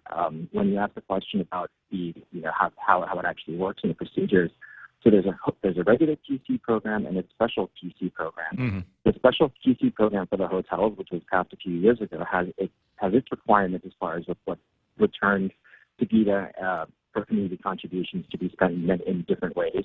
So that's already set out in the code itself. The original QC program that was set up in the 1960s is a little bit more flexible, and I think this is where some of the contentions, or I should say, accusations from GRMC, from the PDN, are coming out with the GRMC community contribution. Well, and so let's talk quickly about the contributions from the Guam Regional Medical City. I'm in communication, or I've got copies of communication between GRMC and yourself over at GITA. But I'm a little dense. I was up late waiting for the kids to come home from a concert last night. So back me up on this. What is it that this communication is trying to illustrate? Why do I have a copy of this email? So PDN in their article basically says that GITA has rejected any contribution from GRMC to UOG and GCC. And again, their accusation is that GITA has rejected it and kept the money for themselves. Mm-hmm. Well, we actually have to receive a formal request from the QC holder to be able to use this money in different ways. And this goes back all the way to December of 2016. And there were actually 3 days in particular in December that we did actually have communications with GRMC to see if they could actually use some of their community contributions. In particular, it's $100,000 for UOG and $100,000 for GCC. And after confirming with members of the GITA team as well as the board, we sent a note back to GRMC saying, "Hey, give us a formal letter in writing. This is where you want the money to go, and we'll make it happen." Mm-hmm. And as of December 23rd of 2015, I believe, that was the last of the communications on that. So again, I can't distribute money without a written request. So I'm not quite sure where the crucifixion is happening. Yeah, happening on behalf of the PDN. So the email that I'm looking at from Eric Plinsky, the Director of Corporate Affairs at GRMC, is making a request, however, informal. In fact, the language on the email is, "Can you please advise what we would need to do to formally request the GITA board to allocate amounts such as $100,000 to UOG and $100,000 to GCC for each institution's respective healthcare education programs from our 2017 public investment that will total $750,000. So by the very nature of it, this is not a formal request, which you had asked for, which you continue to ask for. Mm-hmm. Yeah, absolutely. I mean, again, if once we actually get that request, we can we can do what we need to do to be able to sign a QC. You know, if everyone loves the photo op moment, we'd love to be able to do the photo op moment with GRMC and DOG and GCC, but, you know, we can't do it without a request. And so no request has been forthcoming from these guys. There are a couple in today's PDN article. There's a couple of other outfits that have made their contributions to GITA, for which there are no companion contributions out for these public service organizations. And I'm not quite sure which ones you're talking about, but you know, again, some of the QCs when they were established have their contributions going to specific areas. You know, for instance, again, I'm not sure which ones you're talking about in particular now, but GRMCs in particular, those. Hold on, let me go to Dr. Shea's timeline on Facebook, because it's there. It was up there last night, and there's you know, they've got the entire case history now on his timeline. So I see if I can pull up the specifically the businesses that they were talking about, but absent now, you know, a formal request, there's not much that you can do. Is there a record? Is there a body of formal requests on how these funds were going to be allocated that GITA does have? Which ones in particular? No, any of them. Is there? Do you have a record of businesses that are holding qualifying certificates that have come forward and said, okay, you know, here's our $500,000, and we'd like this to give this to GITA, so that you can show as the dollars come in, GITA is taking those dollars out and putting them into the educational and healthcare community? I'm actually going to have to say yes or no, and I need to caution, you know, don't stop me on that, because yes, we do have a record of every request that does come through GITA. But there are a couple of QC holders that are out there that do actually make their own contributions, because that's what's listed in their actual qualifying certificate. So they make their own they make their own donations and or contributions to other areas, and then after the fact let GITA know. So it's something that we monitor in compliance, that they do make these contributions, but it's not something that actually goes through GITA. And again, that's in particular to one or two current QC holders, but the majority of them, the money does come through GITA. We do get those written requests. Once those written requests do come in, then we determine whether or not that would be something that would fit within the qualified certificate payout. Right, and one of the things that is not well known, and you talk about these Kodak moments, is there are times where you've got these fairly large businesses that will be in the, you know, in the lifestyle section of the news, and they've got a big check and they're handing it off to somebody. In some cases, depending on which companies that we're talking about, these are donations that are made to these organizations as a function of their qualifying certificate, not necessarily out of some kind of, you know, gigantic sense of benign love for these organizations. It's something that they had already pledged to by virtue of the fact that they've got a qualifying certificate. Absolutely, and it's those kinds of contributions that GITA doesn't always have a record of, because they're actually made. I shouldn't say we don't have a record of it, because once we do the compliance check, we do have a record of it. But as it's happening, we do not actually keep track of those records. I watched as much of the oversight hearing as possible when they had it. It was just a few weeks ago over at the legislature, and there were many questions specifically about the qualifying certificate program. Did this topic come up that you were aware of? I know that you were off island for it as well. I know that my sister Mana, the deputy director of GITA, was leading Ed and some of the other folks from compliance on the qualifying certificates through. But do you know whether this was something that came up at the legislature during that oversight hearing? Not the particulars about where the community contributions are going. I think what they were more concerned about is, you know, how much of a tax break are these companies getting, just based on trying to figure out exactly whether or not the QC program is beneficial. Well, you got to ask Rev and Tax for that. That's not in the purview of GITA. That's all Rev and Tax numbers. Right. We do not nor cannot actually request from Rev and Tax exactly what they're paying in taxes or how much the credits are there for, and I don't believe anyone can, because that is taxpayer information that Rev and Tax has to protect. Is it possible that maybe we need to take a look at the I'm sorry, Jay. Is it possible that we can take a look at the enabling language of the qualifying certificates and write that in so that there is a better sense of, I don't know, accomplishment from the community when we go to somebody and say, okay, this is what their abatement was, but this is what we got out of it as the community.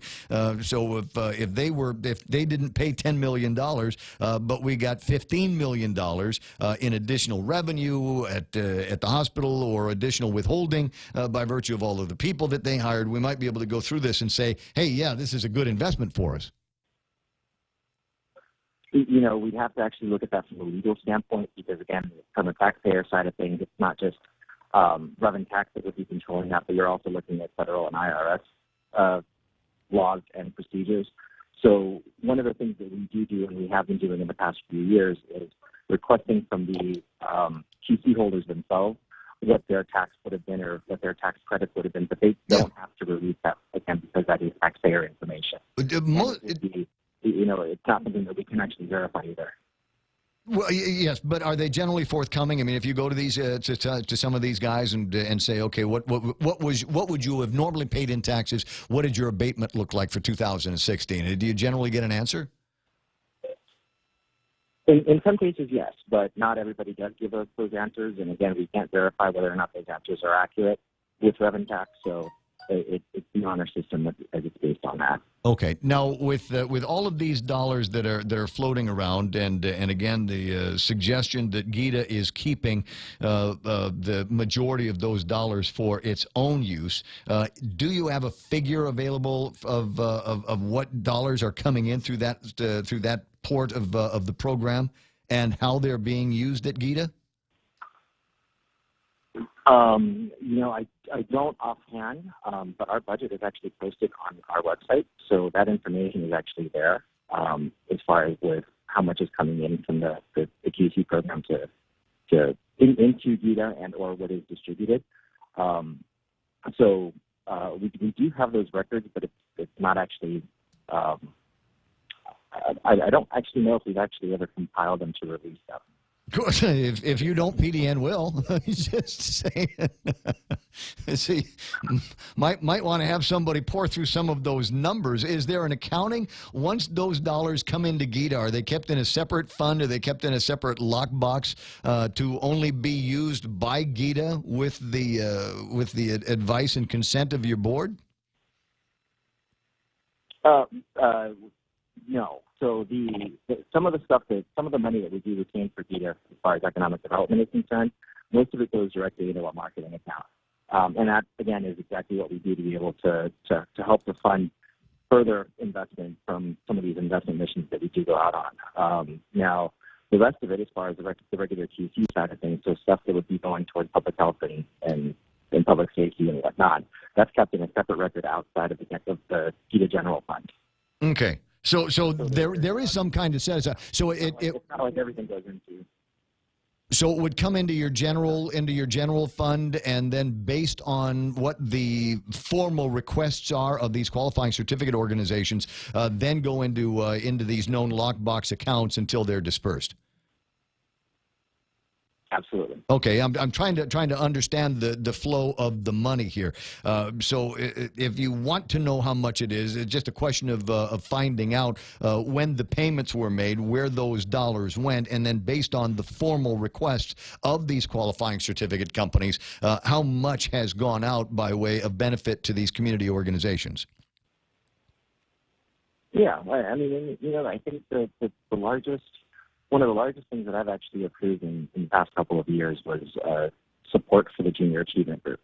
Junior Achievement Guam is an entrepreneurial group that actually helps to foster high school students looking to be able to help them run a business and create a business.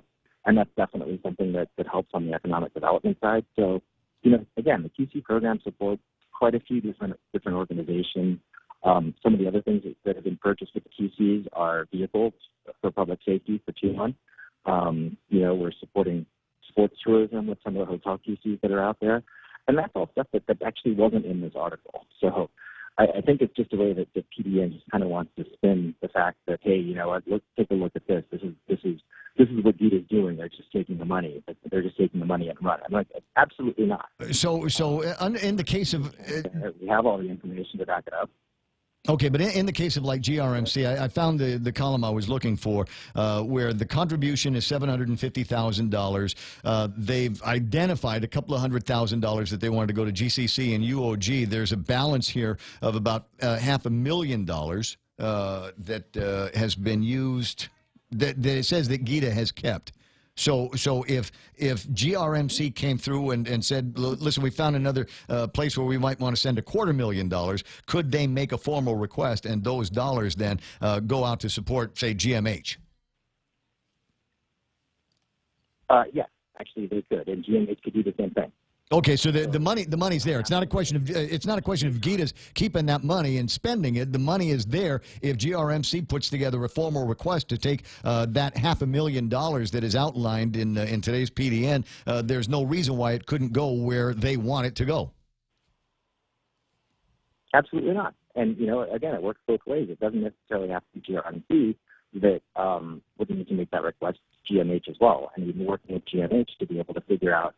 Look, let's take a look at some of the equipment that we can get for you, some of the supplies that we can get for you. Yeah. GMH came back as recently as yesterday saying, hey, can we take a look at an MRI machine, which is going to cost us about $1.5 million? And unfortunately, my answer was no, because we have to do something where we can pay for that in installments, because we don't just have the $1.5 million that we can give you right now, because we have to wait until their current and future years would be paid off to be able to afford that. All right. Well, a lot of work to do, and still some bigger numbers out there. Century Insurance with their contributions of $1.4 million that, according to the PDN, you guys have still got your hands on, and I imagine you will until Century Insurance writes you a note that says, "Can we use this for Ray Gibson's MRI machine?" And you have to also say that you also have to take a look at the fact that $1.4 million is spread out from over, I believe, 10 years. There's that wrinkle as well.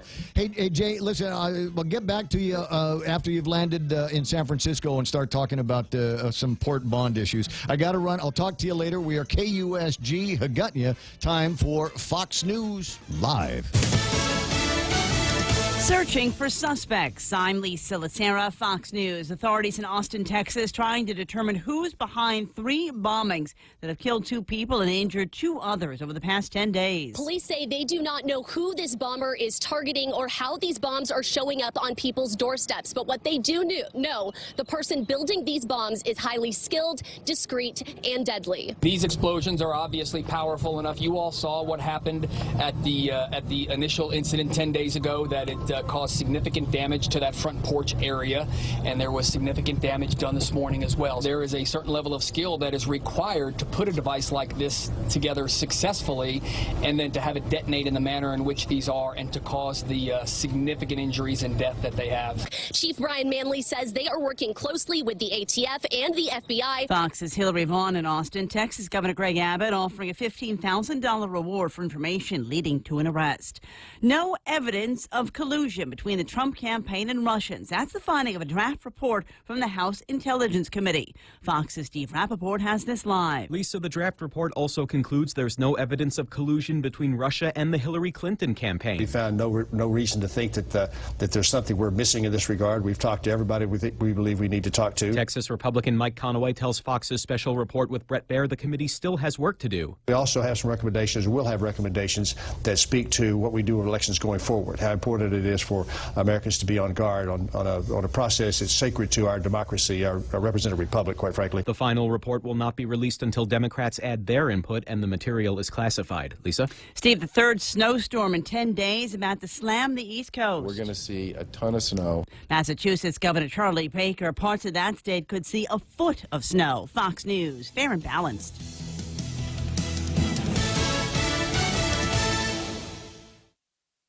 Listen, my life changed because someone was there to get me to use drugs. No one can understand.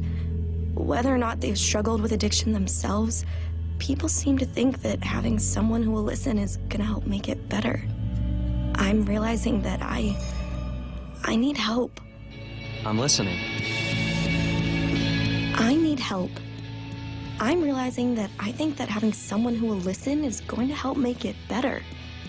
Whether or not they've struggled with addiction themselves, people seem to understand. No one can get me to use drugs. My life changed because someone was there to listen. 1 in 7 Americans will struggle with addiction during their lifetime. Want to know how you can help? Go to heretolisten.com for tips and tools to help turn addiction around. A public service announcement brought to you by the Ad Council. The U.S. urging the UN Security Council to adopt a resolution ordering an immediate 30-day ceasefire in Damascus, Syria, and the suburbs of eastern Ghouta amid reports of new chemical attacks. UN Ambassador Nikki Haley warning the U.S. is prepared to act against the Syrian government if it uses chemical weapons. Her threat comes after Secretary of Defense Mattis issued a similar warning Sunday, calling the use of chemical weapons unwise. Pro-Assad forces continue to pound the rebel-held enclave of eastern Ghouta, and reports have surfaced that the government has used chlorine gas on the opposition. The Assad regime denies doing it, and so far no hard proof has been provided. But the Trump administration appears to be laying the foundation of further military action in Syria if the attacks are confirmed. In Jerusalem, Connor Powell, Fox News. A second lawsuit has been filed by a family that says their frozen embryos were destroyed by a malfunction at a fertility center in Ohio. The Pennsylvania couple's lawsuit against University Hospitals in Cleveland follows a suit filed by an Ohio couple, Amber and Elliot Ash, after the hospital says some 2,000 frozen eggs and embryos may have been damaged or destroyed by an unexplained malfunction of its frozen storage tank. We had 2 embryos that were stored at University Hospitals, Ahuja Medical Center. We were told that they were not deemed viable. The hospitals issued an apology, though this after an almost simultaneous malfunction at a clinic in San Francisco, California, which appears to be just a coincidence. Jeff Manasso, Fox News. Despite some tough competition, American Idol had a strong debut on ABC, reaching more than 10 million viewers. Nielsen says the number represents ABC's biggest Sunday night audience with regular series programming since 2012. Fox's presentation of a 2006 O.J. Simpson interview was watched by 4.4 million people. Lisa Lacera, Fox News Radio. We have those moments in our lives that happen unpredictably. The unexpected instances that we did not really need. Now you can count on us to stay well, Papa, to live well, Papa, to stay well, making sure you stay well. Oh, I'll lift you up when times are low. I'll see how far we'll go, and stay well. Stay Well Insurance. See how far we'll go. Portions of the program brought to you by King's Restaurant. 40 years they've been serving Guam's favorite meals to families just like yours. King's Restaurant, always open and always local. Family Finance has been serving the people of Guam since 1959, and they'll continue to be there for you in the years to come. Whether you're looking to get a personal loan for that summer vacation or paying off those long overdue bills, Family Finance has got you covered. Apply for a personal loan from $1,000 up to $3,500 by calling Family Finance in Hagåtña at 475-4545, Upper Tuon 647-5626, or in Dededo 633-4473. Family Finance has been serving the people of Guam since 1959. Hey, if you're buying a house or selling a house, you need to talk to the trailblazers they've got over at Security Title, providing solutions for even the most complex real estate transactions. Chili's has the seafood you crave, the flavors you love, at a great price with our 3 for Me Lent menu. For just $15, you can get a beverage, fresh salad, and a Lent-friendly entree. First, choose from a refreshing Coca-Cola, iced tea, or Heineken on draft. Then enjoy a fresh house salad right before you indulge in your choice of a mouth-watering entree, like our spicy shrimp tacos, savory Cajun pasta with shrimp, or our flavorful grilled ancho salmon. Chili's 3 for Me Lent menu for just $15. Available for a limited time. Chili's, more life happens here. Better believe it. Portions of the program also brought to you by First Hawaiian Bank, where it all starts with yes. Relax, enjoy, and be greeted by the spectacular view of Hagåtña Bay when you visit the Point at the Sheraton Laguna Guam. Gaze into the beautiful sunset as you unwind to the music of Philip Garcia and Natasha on Wednesdays, Mama Shar and Nina on Thursdays, Philip Garcia and Luis Muña on Fridays, and Jack Larimer on Saturdays. Open daily from 8 a.m. to 11 p.m. Happy hour from 5 to 8 p.m. with all cocktail drinks for $7. Receive a discount when you present your SPG card. Call Peter Yaban at 646-2222 for reservations at the Point at the Sheraton Laguna Guam Resort. Ray Gibson brings you closer to the action. Any speaker, anytime. Morning talk that matters. What was the name of that girl that was in the concert last night? The Japanese girl that was, do you know? I have no clue.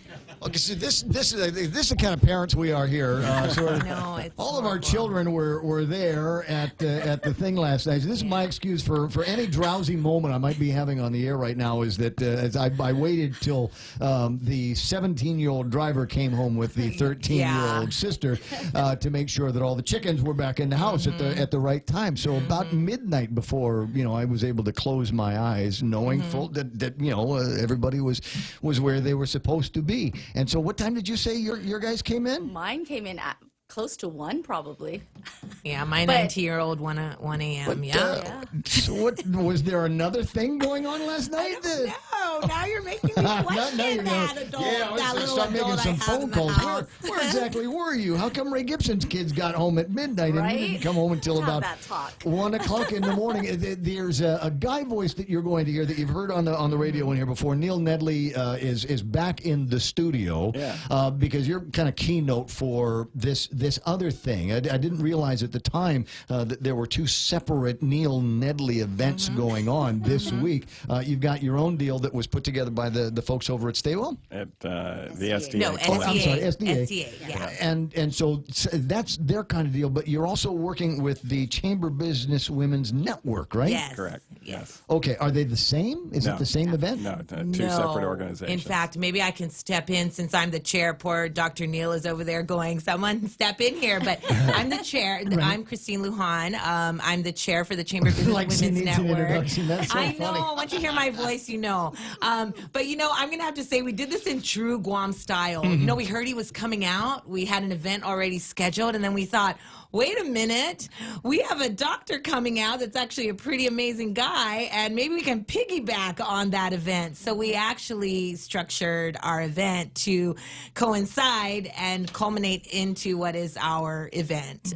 So he's actually going to be speaking nightly up until Thursday, and then we kind of go right into our event on Friday morning. Okay, so now, as I've said, I know they're not the same organizations, but is it the same speech that you're giving? Is it the same direction that you're going?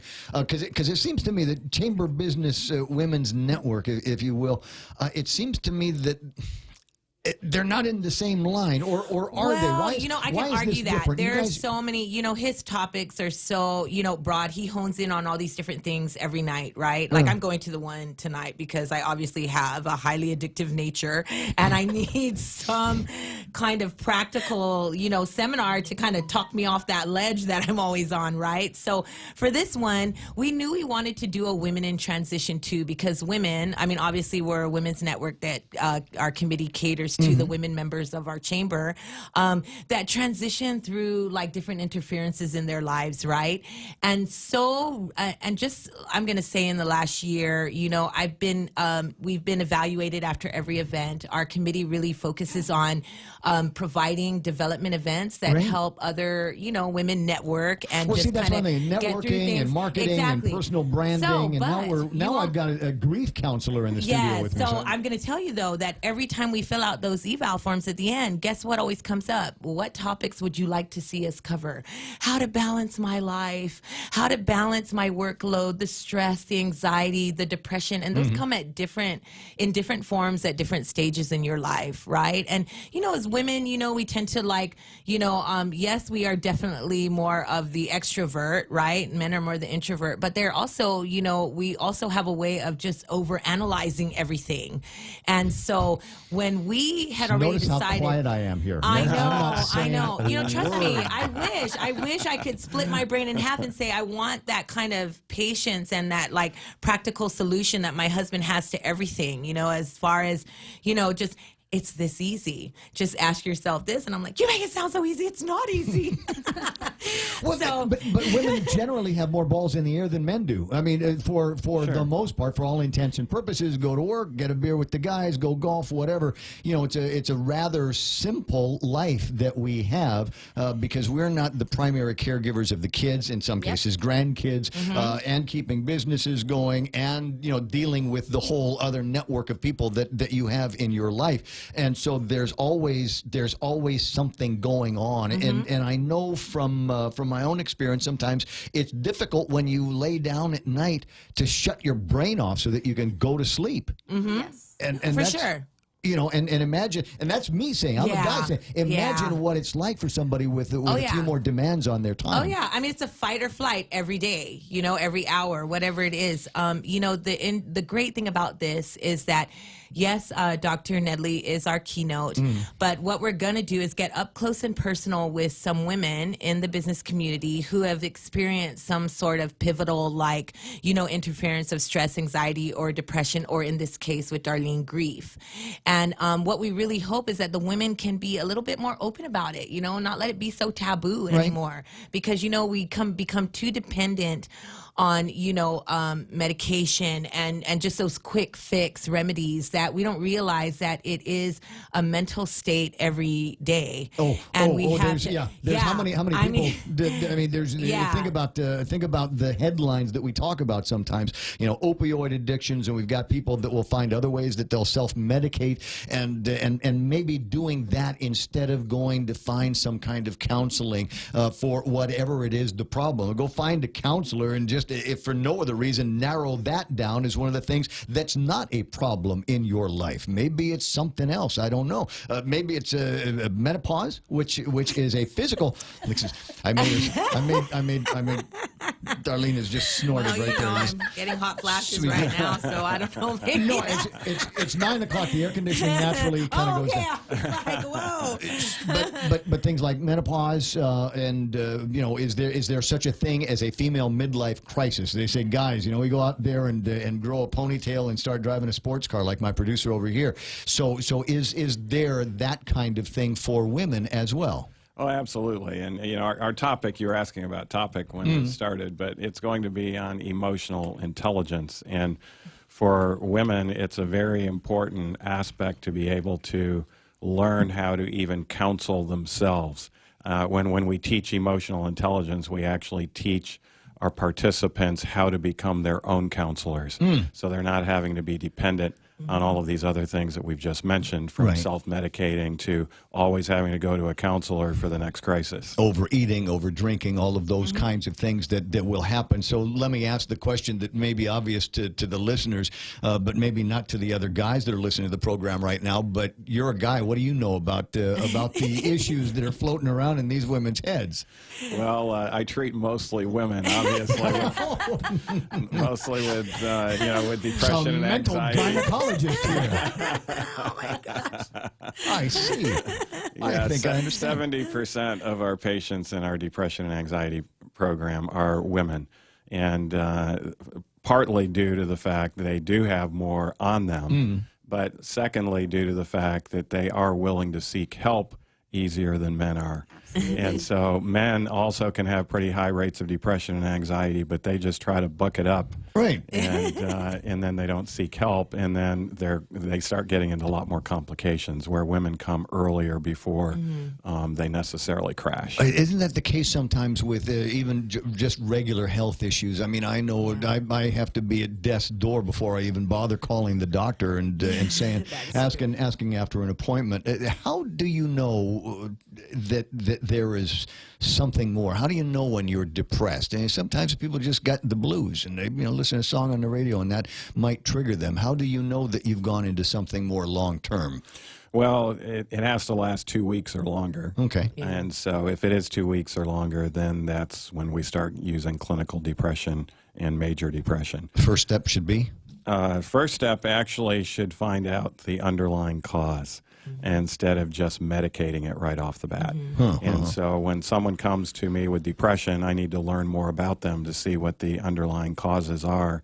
And those causes most of the time can be completely reversed, so we can eradicate it without this prolonged, extensive trial by error medication route that doesn't necessarily do the best. Darlene Garcia is here, and she's a certified grief counselor, and I suppose in some cases that's the easy one. Someone died. I lost somebody close to me in my family, and now I have to go through this grief process. Yes. You know, and so sometimes that can be a factor that will lead to the depression, or some of these tectonic changes that you see in women's lives. Yeah, absolutely. You know, after my husband died, I experienced so many different emotions that I never even thought were possible in my life.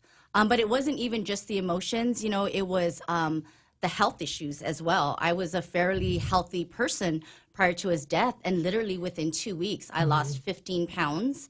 I ended up having low blood pressure. Well, you're not hungry. I mean, that's honestly, you go to a funeral on Guam, and that's the second thing that you do is eat, because people know that you're in that grief mode, and you know, something about a full stomach sometimes can take the edge off. Is there such a thing in the grief counseling process where you feel guilty because you don't feel you're grieving enough? You know, you lose somebody close to you, and you recognize that you're still kind of okay to go to work. I'm okay to hang out with my friends. I'm okay to do some of those things. But, you know, when you're all by yourself and the lights are off and you're trying to go to sleep and you've got that song playing in your head over and over, and you realize that maybe I'm not crying enough. Maybe I'm not, you know, inconsolable like other people in the family are. Yeah, there are many people. I mean, I don't want to say that happened to me, because I grieved a lot.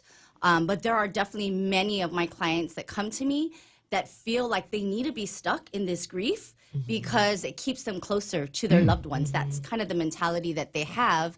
And so the programs that I have actually help them to really look at the entire relationship, because, you know, based on what I know, my own personal journey, it wasn't just Frank's death. I mean, that was the icing on the cake, I think, for me. But as I looked through our entire relationship, I realized that there was so much about my life that had him in it. And so now that he was physically gone, there was many things that I had to deal with in life without him. And that caused an emotional roller coaster for me for at least a year. So beyond grief, I mean, these become a new set of stresses for you emotionally that you've got to deal with. How do you do it? Well, it's a process. Yeah, grief recovery is a process. It's not something that you snap out of. And there are tasks, actually. We actually narrow it down. I'm also speaking to another group later on this week on this very thing.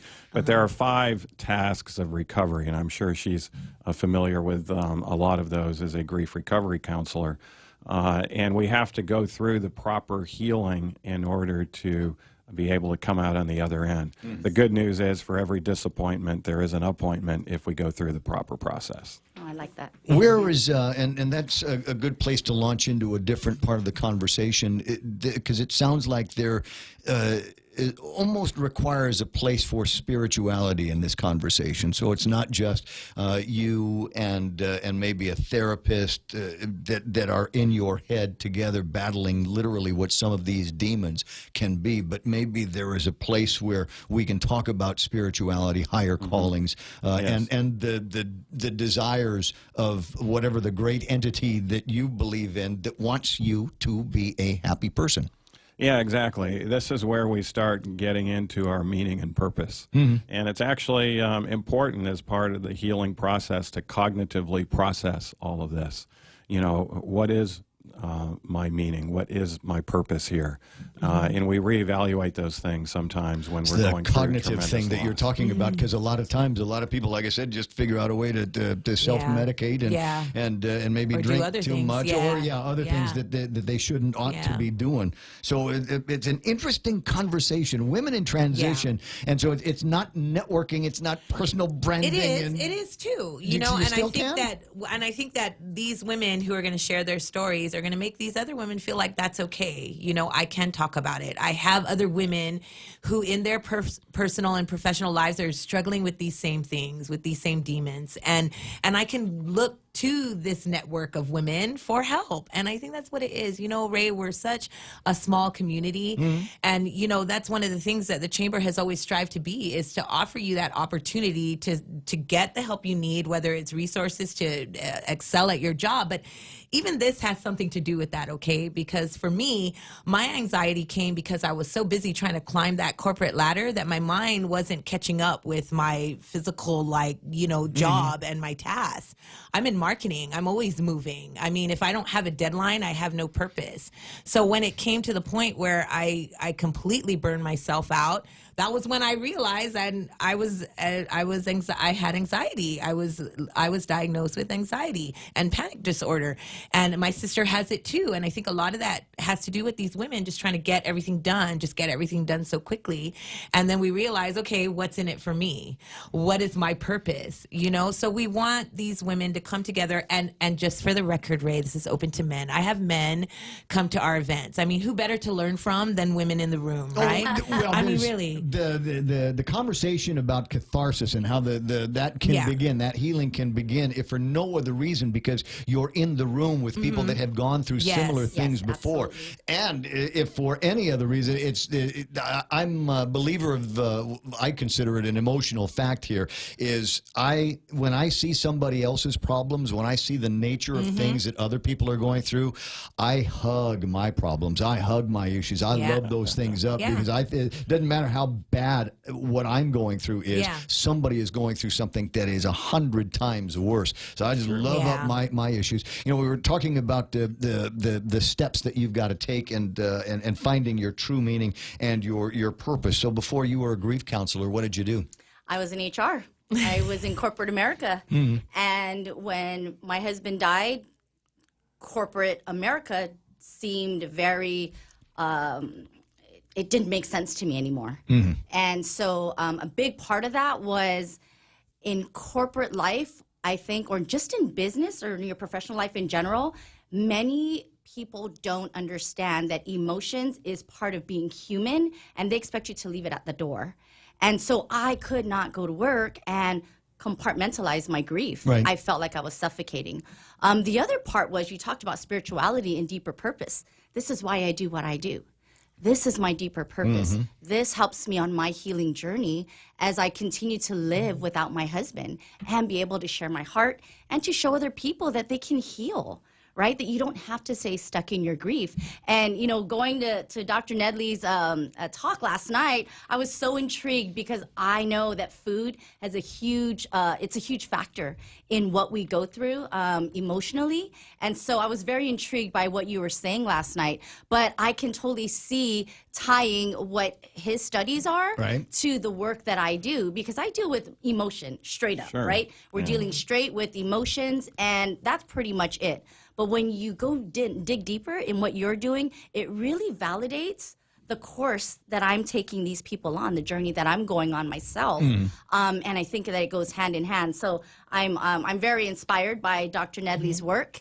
And, you know, again, deeper purpose is something that I strive to teach people and to inspire people to get to in their life, even if you're not suffering from a tragic event, which is why, you know, coming to this Women in Business Network is important, because not only are we inspiring people to feel, we're inspiring people to be great.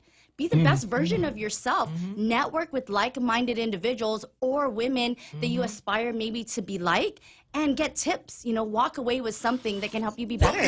In Chris's example, where she talks about how she's, you know, I've got these anxiety issues, and how many other women are still, you know, I think about my mother, and my mother blazed trails for women in business back in the 60s and the 1970s, and she was the only woman in the boardroom at, you know, J&G and Calvo Enterprises, and she knew what she was doing in there, but she never, I think, ever felt like it was okay to relax. Yeah. Never felt like it was okay. Yeah.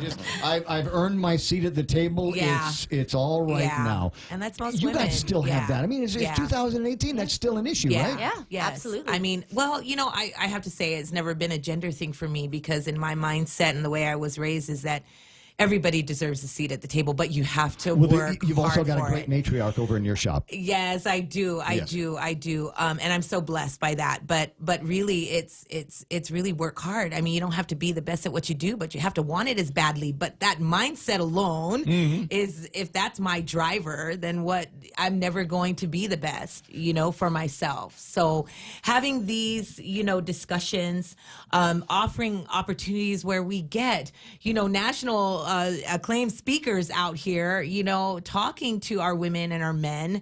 Our health professionals should attend this. Our, our therapists, counselors. I mean, I want to encourage everyone to come. It is open to members and non-members alike, Ray. I saw that. So it will be held at the Hilton, which is really convenient for our doctor. It'll be in the gallery, though. So it's a very limited seating capacity. So we can only fit anywhere from 60 to 80 individuals in that room. So we still have space. So I want to encourage everybody to call the chamber office. RSVP. Please RSVP. You can call today, 472-6311, and you can speak to any of those fine ladies there and reserve your slot because check-in is at 8. We start right at 8:30. We go right into the ladies, and then we go into Dr. Nedley, and then we'll open it up for Q&A towards the end, and there'll be opportunities. What time does Roy's open? That's a good question. I should know this. I'm just thinking, right? I'm just off the top of my head. Stay for lunch. Well, you stay for lunch, and you'll make a couple of new friends and a couple of new sisters here, and maybe over a couple of glasses of red. Right, just talk through some of these issues. For people that may have seen you in other activities tonight, tomorrow night, etc., Friday night. For people that have already been to see you, will it be worth coming again? Oh, absolutely. Yep. Yeah, we're not going to be covering the same ground. It's a different event and a different purpose, but we are going to be talking more about meaning and purpose. At this meeting, more so than what we've been doing. Okay, then that one would fit into the rest of the conversation. Yes. There's a couple of other speakers that aren't here today. Yes. So, and the great thing is, Dr. Nedley has not heard these women's stories, so it's going to be interesting. He might just spin it, towards the end. So I think he'll enjoy it. So we have Marilyn Borja, who's the VP of Enterprise Sales from Docomo Pacific. So familiar looking. I know.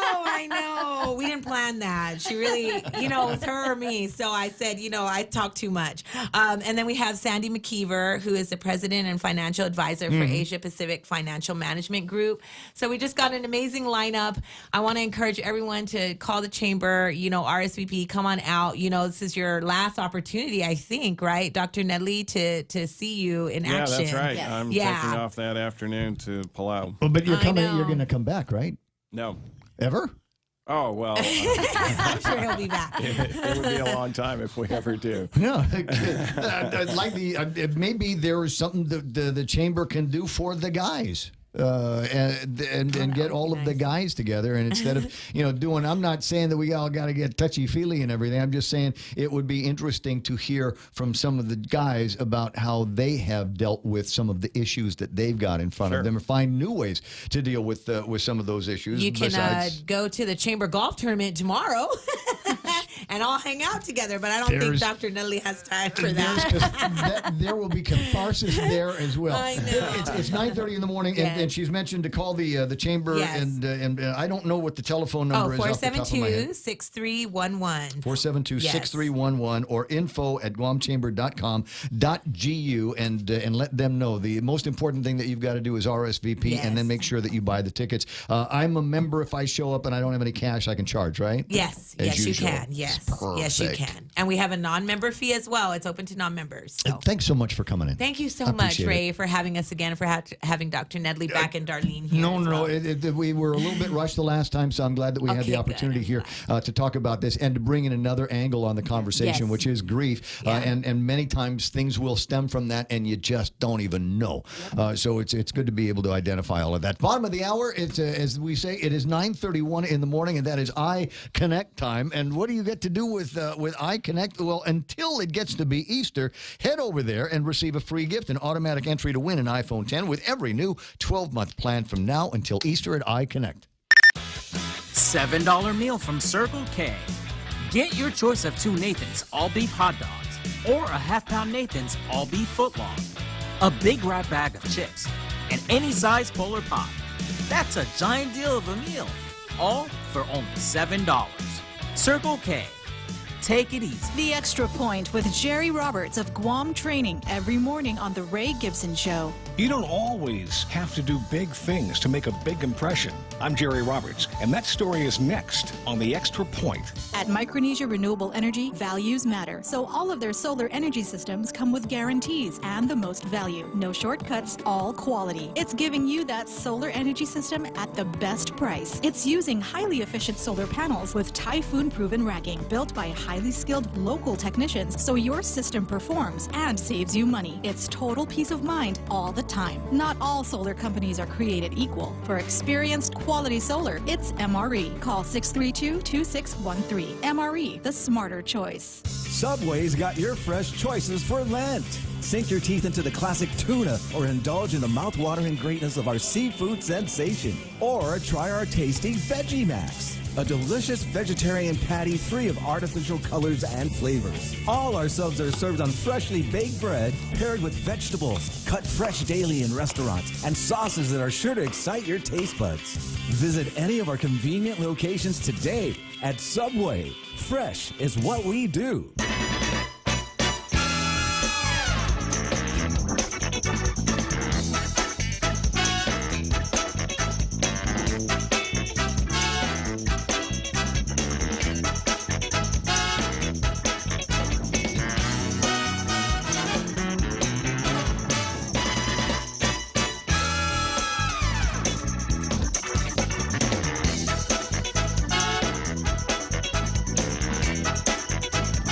I told you this hour we're not talking about sales taxes. I'm not talking about legislative drama or anything getting shut down by the government of Guam. We are going to save that conversation until there's a little bit more action there, because the legislature is in recess now and will be until 10 o'clock in the morning. So frankly, there's nothing new on that front that we haven't told you about 20 times already this morning. And so we'll take the conversation where I'd like it to eventually end up, and that is getting you into some kind of a new property situation. There's so many different opportunities to be able to do that these days. There's a lot of property out there. I had Anthony Godwin on the radio just a few days ago, and we were talking about the number of properties that are out there and the fact that many of these properties now, the owners are beginning to come to a rationalization that maybe they're not going to get $20 million for their Little League One property, and we might need to come down a little bit and get a little bit closer to what the offers are going to be. And so the question always pops up when something like that is in front of me is do we have the access to capital that we need to support some of these things that are happening in the mortgage industry? And I'm delighted to say that the majority of the conversations that we have had with Community First have been on getting people into the home of their dreams. And into different mortgage situations. So today our theme is going to be, every time I look at it, it says turkeys, but it's a turnkey home, right? Correct. So what exactly, Frank, is a turnkey home? We have a product where if you have property or acquire property, you can close on the property with a contractor to build, and in the end, we refinance the contractor lien, and so in the end, you have a newly constructed home with a one-time close on a mortgage. Maria, I have no idea what he said. Because break it down for me simple. I thought we were talking about houses. Turnkey is land? Is that just dirt? What's the turnkey construction? Turnkey construction, meaning you refinance the home and you move in. Turnkey, home is finished, certificate of occupancy, built to your specifications, everything. So as opposed to a construction loan. It's a different way of financing the construction of a new home. But it's you said refinance? Yes. So the contractor carries the cost to build. Okay. Files a lien against the property. Mm-hmm. And instead of paying off a construction loan, You're refinancing the contractor's lien and replacing it with the mortgage lien. I see. So somebody else is carrying the debt burden in front of the transaction. Correct. But it's still my transaction. It's still it's your property. It's my property. I've got the property out there. I've decided there's a lot right up the street in between here and Sakura that I like very much. It's kind of a slopey property, so I'm going to build this thing on stilts. So I've really thought a lot about this. And so I can go to a contractor then, say, I've got this land, build to suit for me.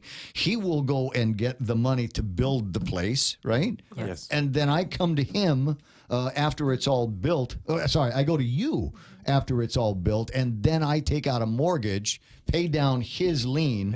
Pay off his lien. You got to remove it from the property. And then now it's on me. Correct. Oh, I like that. It's a different, kind of a different way to do things. Correct. It's a solution to avoid two transactions where you have two closing costs, where you have a construction loan where we pay the contractor, let's say, 12 draws during the build time, and in the end we refinance the construction loan.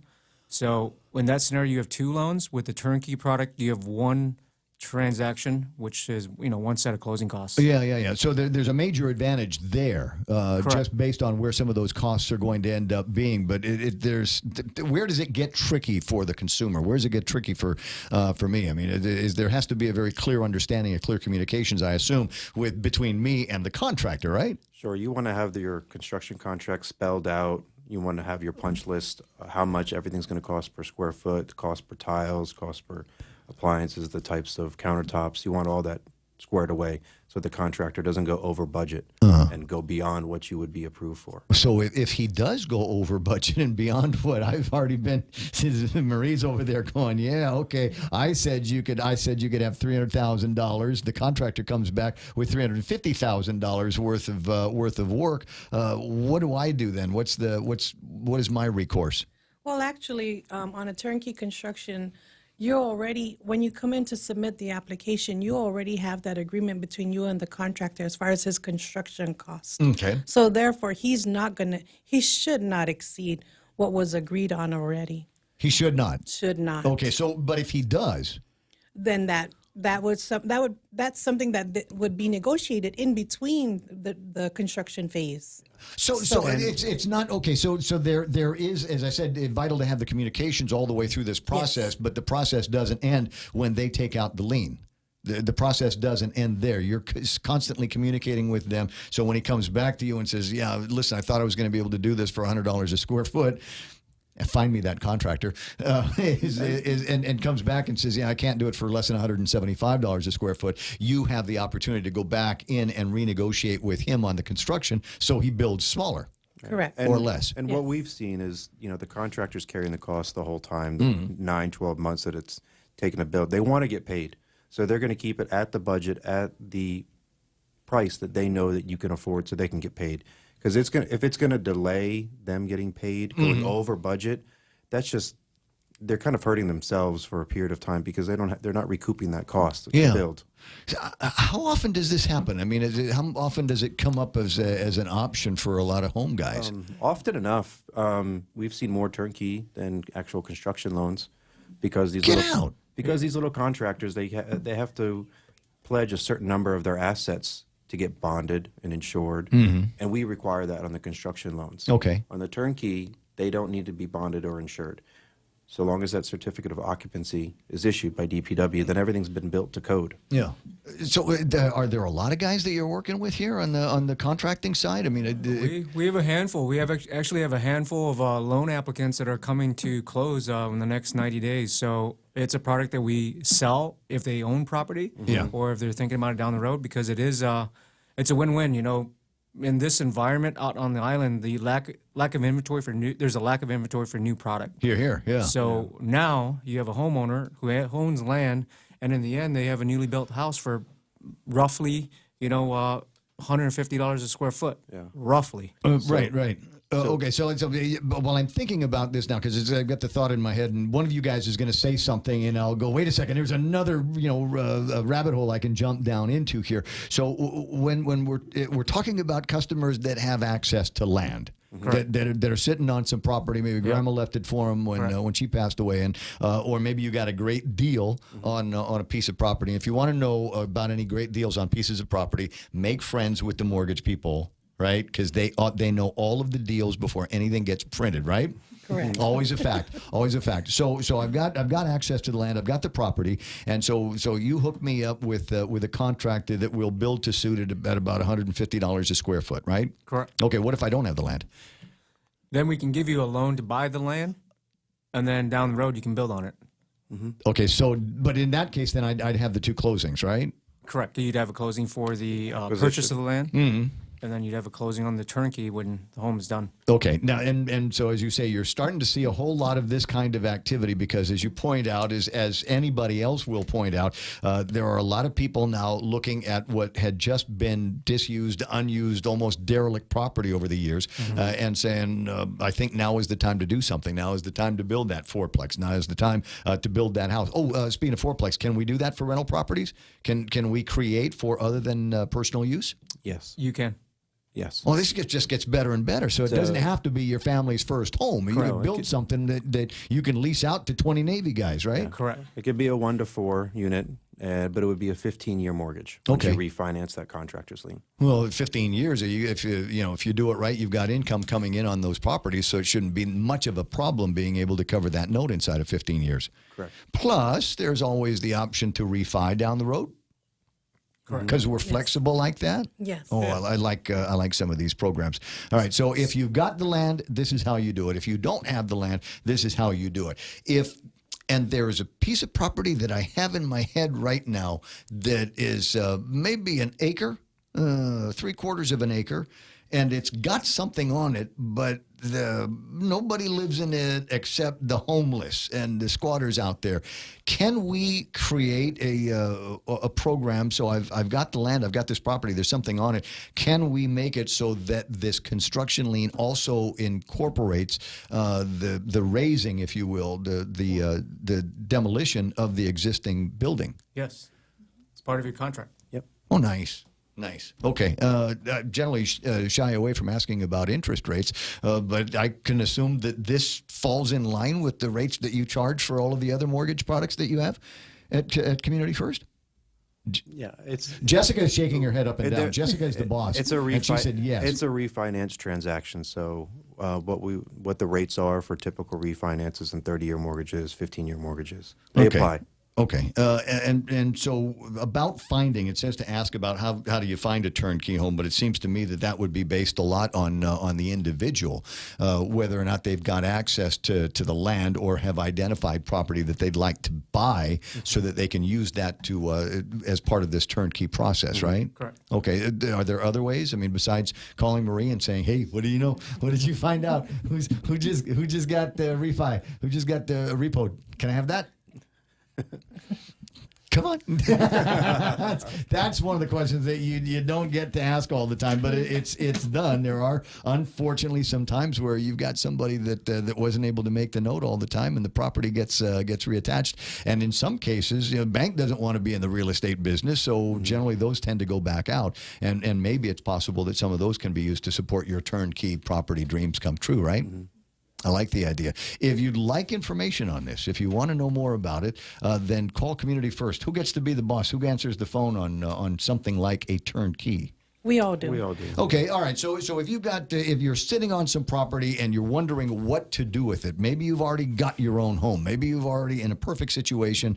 And I tell you what, I can think of 3 people right now that could probably get together on something like this because there are a number of families out there where you've got kids that have access to the land. Everybody's living in their own home already, and nobody knows what to do with some of these properties. And so here's a great opportunity to do that. Go and find a construction company, have them develop the property, and then later on you take out this turnkey mortgage on the property. You don't have to close it twice. Get everything done at once, maybe even the demolition of the property, of the building that's already on that property, and then move forward and make some of these real estate dreams come true. as I said, it's 20 guys in the Navy that need to borrow that, need some place to live, right? More than that. Usually more than that. I got you. 9:44 in the morning. You're listening to The Point. My name is Ray Gibson. Hey, thanks very much for coming in. I appreciate learning about this and sharing that with the listeners. If you have questions, call Community First. The number is 472-8210. What's that? 472-8210. You want to find out more? Visit their website at www.communityfirstfcu.com. And if you want to know more about me, find me at thepoint.gu. This KFC chicken is great. Shrimp. Hey, who are you calling shrimp? KFC's new shrimp burger. It's great. Howdy, folks. KFC's Colonel Sanders here. Try our new shrimp burger and all our seafood items available this season. KFC Food Keliquin, breaded shrimp, seafood salad, and of course, we can't forget your one and only favorite KFC original recipe chicken. All right, I need to try KFC's new shrimp burger. Good, because you really are a shrimp. Hey, a 5-7. KFC, it's finger-licking good. For over 55 years, Community First has served our island as a full-service financial institution. And now, we're proud to introduce the new Community First Student-Run Credit Union, open in Mangilao on Route 10, Guam's first student-run financial institution, which means it's operated by college students like us, ready to serve all our members, existing and new. We're just down the road from UOG and GCC. Community First Guam Federal Credit Union, now open in Mangilao. This credit union is federally insured by NCUA. Special things only come around once a year, and it's time for fish fans to celebrate the return of Wendy's Cod Filet Sandwich. Wendy's uses the gold standard for fried fish, wild-caught Northern Pacific cod, breaded with panko crumbs to a light crisp. Add a new creamy dill tartar sauce and crisp pickles, and you've got the fish sandwich many say is the best of the bunch. Get yours today at Wendy's, located in Tamuning, Veragata, Agana, Dededo, and Naval Base. Wendy's Cod Filet. Now that's better.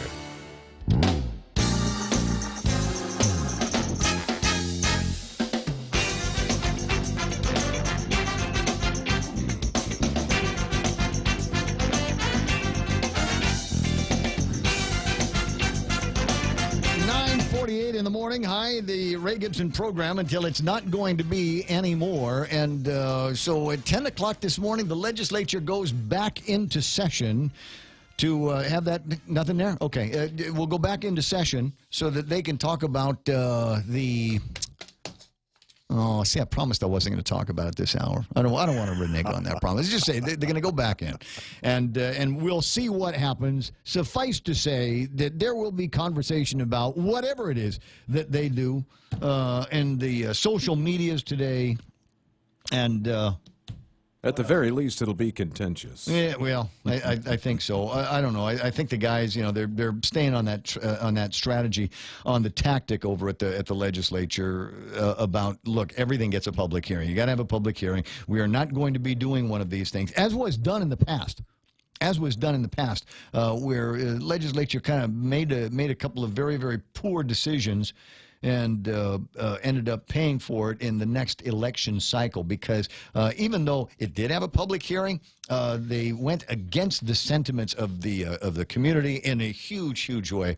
And when it was said and done, there were lots and lots of people that didn't get a chance to go back in to the legislature. So you got all that. I'm still fixated with the idea, because I think it's a good idea, of having the Little Kim and Donald Trump summit here on Guam. And you're thinking about it going, what the heck is he talking about? This is like unprecedented. We're going to get the despot leader of North Korea together with Donald Trump. And I know some of my liberal friends will go, great, there's two despots. Wonderful. I want them to get together because I think the summit is important. And I want them to get together because I also think that if there's going to be a get-together, it should be here on Guam. Look, we were the guys that were under threat against the nuclear attack from Kim Il-jung and those guys in North Korea. I mean, I remember I was looking at the picture that somebody had spirited out of the country, or they had leaked out of the country, of Kim and a bunch of his generals looking over a map. And it was a map of the Pacific, and a map, and you could see in the background, they had a recent picture of Anderson Air Force Base from the sky. I recognize that like I know my own smell. It looked like a game of Stratego. And so when these guys started making threats, played havoc with our tourism industry, and now here we are with an opportunity, even though there isn't a chance that it could happen. Eddie's got to ask. Eddie has to ask. And take that expensive $100,000 club of PR people and put them to work getting the word to everybody else, every other news department on the planet, and let them know that Guam, little tiny Guam, out here in the middle of the Pacific at the edge of the Republic, has asked for the summit to take place here because we were the ones that were threatened. Our economy is the one that's in a shambles with the tourism as a result. So maybe they could do it here by way of recompensing us, by way of making it up to us. The publicity value would be invaluable, incalculable. 10 away from the top of the hour. And I will oftentimes sit in a warm bath of nostalgia and remember growing up on Guam and being a kid on Guam. And there were so many great things that we used to have an amusement park up in Jigo. Really? Yes. Wow. Oh, my Nice. God, that was fun. That was fun. The only time it wasn't fun, and Brian will remember, was when they had the fiesta up there. You remember that summer, Brian, where they had the Liberation Fiesta up at the Jigo Amusement Park? Yes, I did. If you weren't already in Jigo, it took you 2 hours to get there. I mean, from where the Micronesia Mall is all the way up to that part of Jigo, and it's not even in the back of Jigo; it's in the front. It took you 2 hours to get up there, and there wasn't anything to do. There wasn't anything to look at because back in those days, it was the road and something on the side of the road, and then you got the lights over there. But great times growing up. You and I got to buy our records from old Bill the hippie at Golden Island Music. You remember that? I remember Bill the hippie. I also used to work at the amusement park. I was a ride operator. Oh, get out of here. Which one? I operated, all of us rotated, but I operated the log slide, the Trabant, the tilt-a-whirl thing, Trabant, and also the roller coaster. What incredible memories. Oh, yeah. What a time! Yeah, what a time! It was the place. It was the place. And you think about how we know we've made it back to where we're supposed to be. Is if one of these days somebody proposes building an amusement park again, and frankly, it was decades before I think the roller coaster had finally got dilapidated enough so that they needed to hacksaw the thing down. But just crazy memories. And I remember once upon a time I'd get in my Uncle Jim's old car. He used to have these big Lincoln Continental things from back in the day, land yachts we used to call them, right? And they got, I don't know, a mile to the gallon or something like that. And so Shelley would be driving because even though I knew how to drive, there was no way they were letting me near anything expensive. So Shelley would drive, and we'd go out to GW Field, or sometimes we'd go all the way down to Sumai at Naval Station to watch the Tritons play football. Oh, it was the big event of the day back in the 70s to come and watch because it was the local boys against the military. That's what it was. And the military, of course, football is their game. So the thought of some little local boys from Guam ever winning a game, let alone going undefeated, was just unheard of. Right, but it actually happened. And there were a bunch of guys that made it all happen. That were on the field, that were coaching these young men, that were cheerleading these young men, and there were spectators. There were people that was what they did, was they followed the Tritons, and if they were playing somewhere, we were there, whether we went to school at the university or not. For me, it was a chance to hang out and meet some of the girls from the other schools that I didn't know. Yeah. Well, everything is an opportunity for that, isn't it? Oh, yeah. Anderson Air Force Base games, we used to park gigantic roach coach vehicles on both ends of the end zone for the people to come and feed because it was a really big event. Oh, crazy times. There was always an aroma around the field, too. You remember that, Brian? Oh, yeah. Especially at the UOG, at the GW field, our home game. It was definitely... Definitely an aroma there. Hey, listen, there's a chance to relive some of these memories. I want to make sure we can do this a couple of times because it's only Tuesday, and so if you want to call in again between now and Friday, that'd be awesome. But there's going to be a reunion for the Tritons football team and the coaches and the players and the cheerleaders and the fans, right? That's correct. This Sunday at Willie Brennan's house, because he volunteered to take care of all the food. So you know how us locals are about that. Oh, what, is he running again to be mayor? So is he having a big party at the house? I originally thought that was his motive behind it. I'm not sure, but you know Willie, he's a sports guy. So he wants to have it at his place. So it's this Sunday at 4 p.m. at Willie Brennan's house on My Road. And please bring your photos, your uniforms, your memories, everything, because it's going to be a good event. We did this back in August last year, the 8th of August last year, but it got rained out. It was typhoon rains the whole day. We had it at Angels Field, and it just wasn't no rain protection. But we got a lot of boys that came out even for that. So we're planning to triple our number this event. So please come out and support the University of Guam. It's going to be all the players from the 70s and the 80s. Back in the heyday of UOG football, and I'm not dissing the '90s guys, but I want to get the older guys together because we're all just. No, you got to remember in the 1970s, we were talking about a different Guam. 50,000 people lived here, Guam, a black and white television Guam, a Guam where there were 2 AM radio stations and an FM radio station. And you got to remember it's not the same. There was no malls, there was no big shopping areas. You had Townhouse, and up until about 1975 when Gibson's opened up, even that was pretty much all we had. So when it came to entertainment, when it came to be Friday night and you're out looking for something to do, it was a weekly Super Bowl. Oh, it was. And I mean, people don't believe it, but we would get 3,000, 5,000, 6,000 people to come and watch a UOG football game. Yep. And the line, if we were playing at Anderson Air Force Base, the line to get on base, because they would open the gate for the game, would be all the way back to the church in Jigo trying to get on base to watch this football game. You park in Matagwak and walk your way in. Yeah. Yeah, it's funny. You just think, now you pass by Matagwak and the place looks like Disneyland. There's all that development down there. I remember when the only way that you knew that you were near Matagwak was it was the last street light before you got to Henderson. You remember?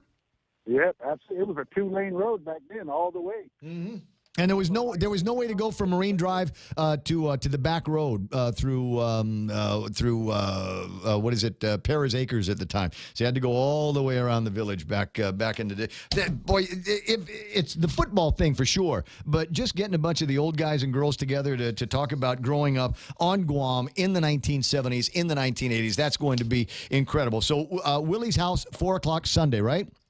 That's correct. Okay. Hey, Brian, just give me a call again in the next couple of days. You know, people are going to say, I heard it, but I need more information. So we'll give you a chance to spread the word again in a couple of days. All right? That's a fact, because we do live in the I forgot generation. So we want to constantly remind them. I got you. Hey, it's 10 o'clock in the morning, B. I'll talk to you later. Thank you, brother. Yes, amigo. I appreciate it. This is KUSG Hagutnia. It's okay to live in the past. Sit in that warm bath of nostalgia. Go break out your old Stevie Wonder albums, your old Boz Scaggs album, and just, do that Lido shuffle in your head. Coming up, Fox News Live. We're back to our Tuesday through Saturday programming, which means Brian Kilmeade is going to be coming up next. And if you need some right-wing bomb throwing, the best at it in the game is Rush Limbaugh. He'll be on the radio a little bit later on as well. Listen for Sean Hannity tonight and plenty more right here with our regular lineup here on The Point. Again, KUSG Hagutnia, Fox News coming up next. See you tomorrow.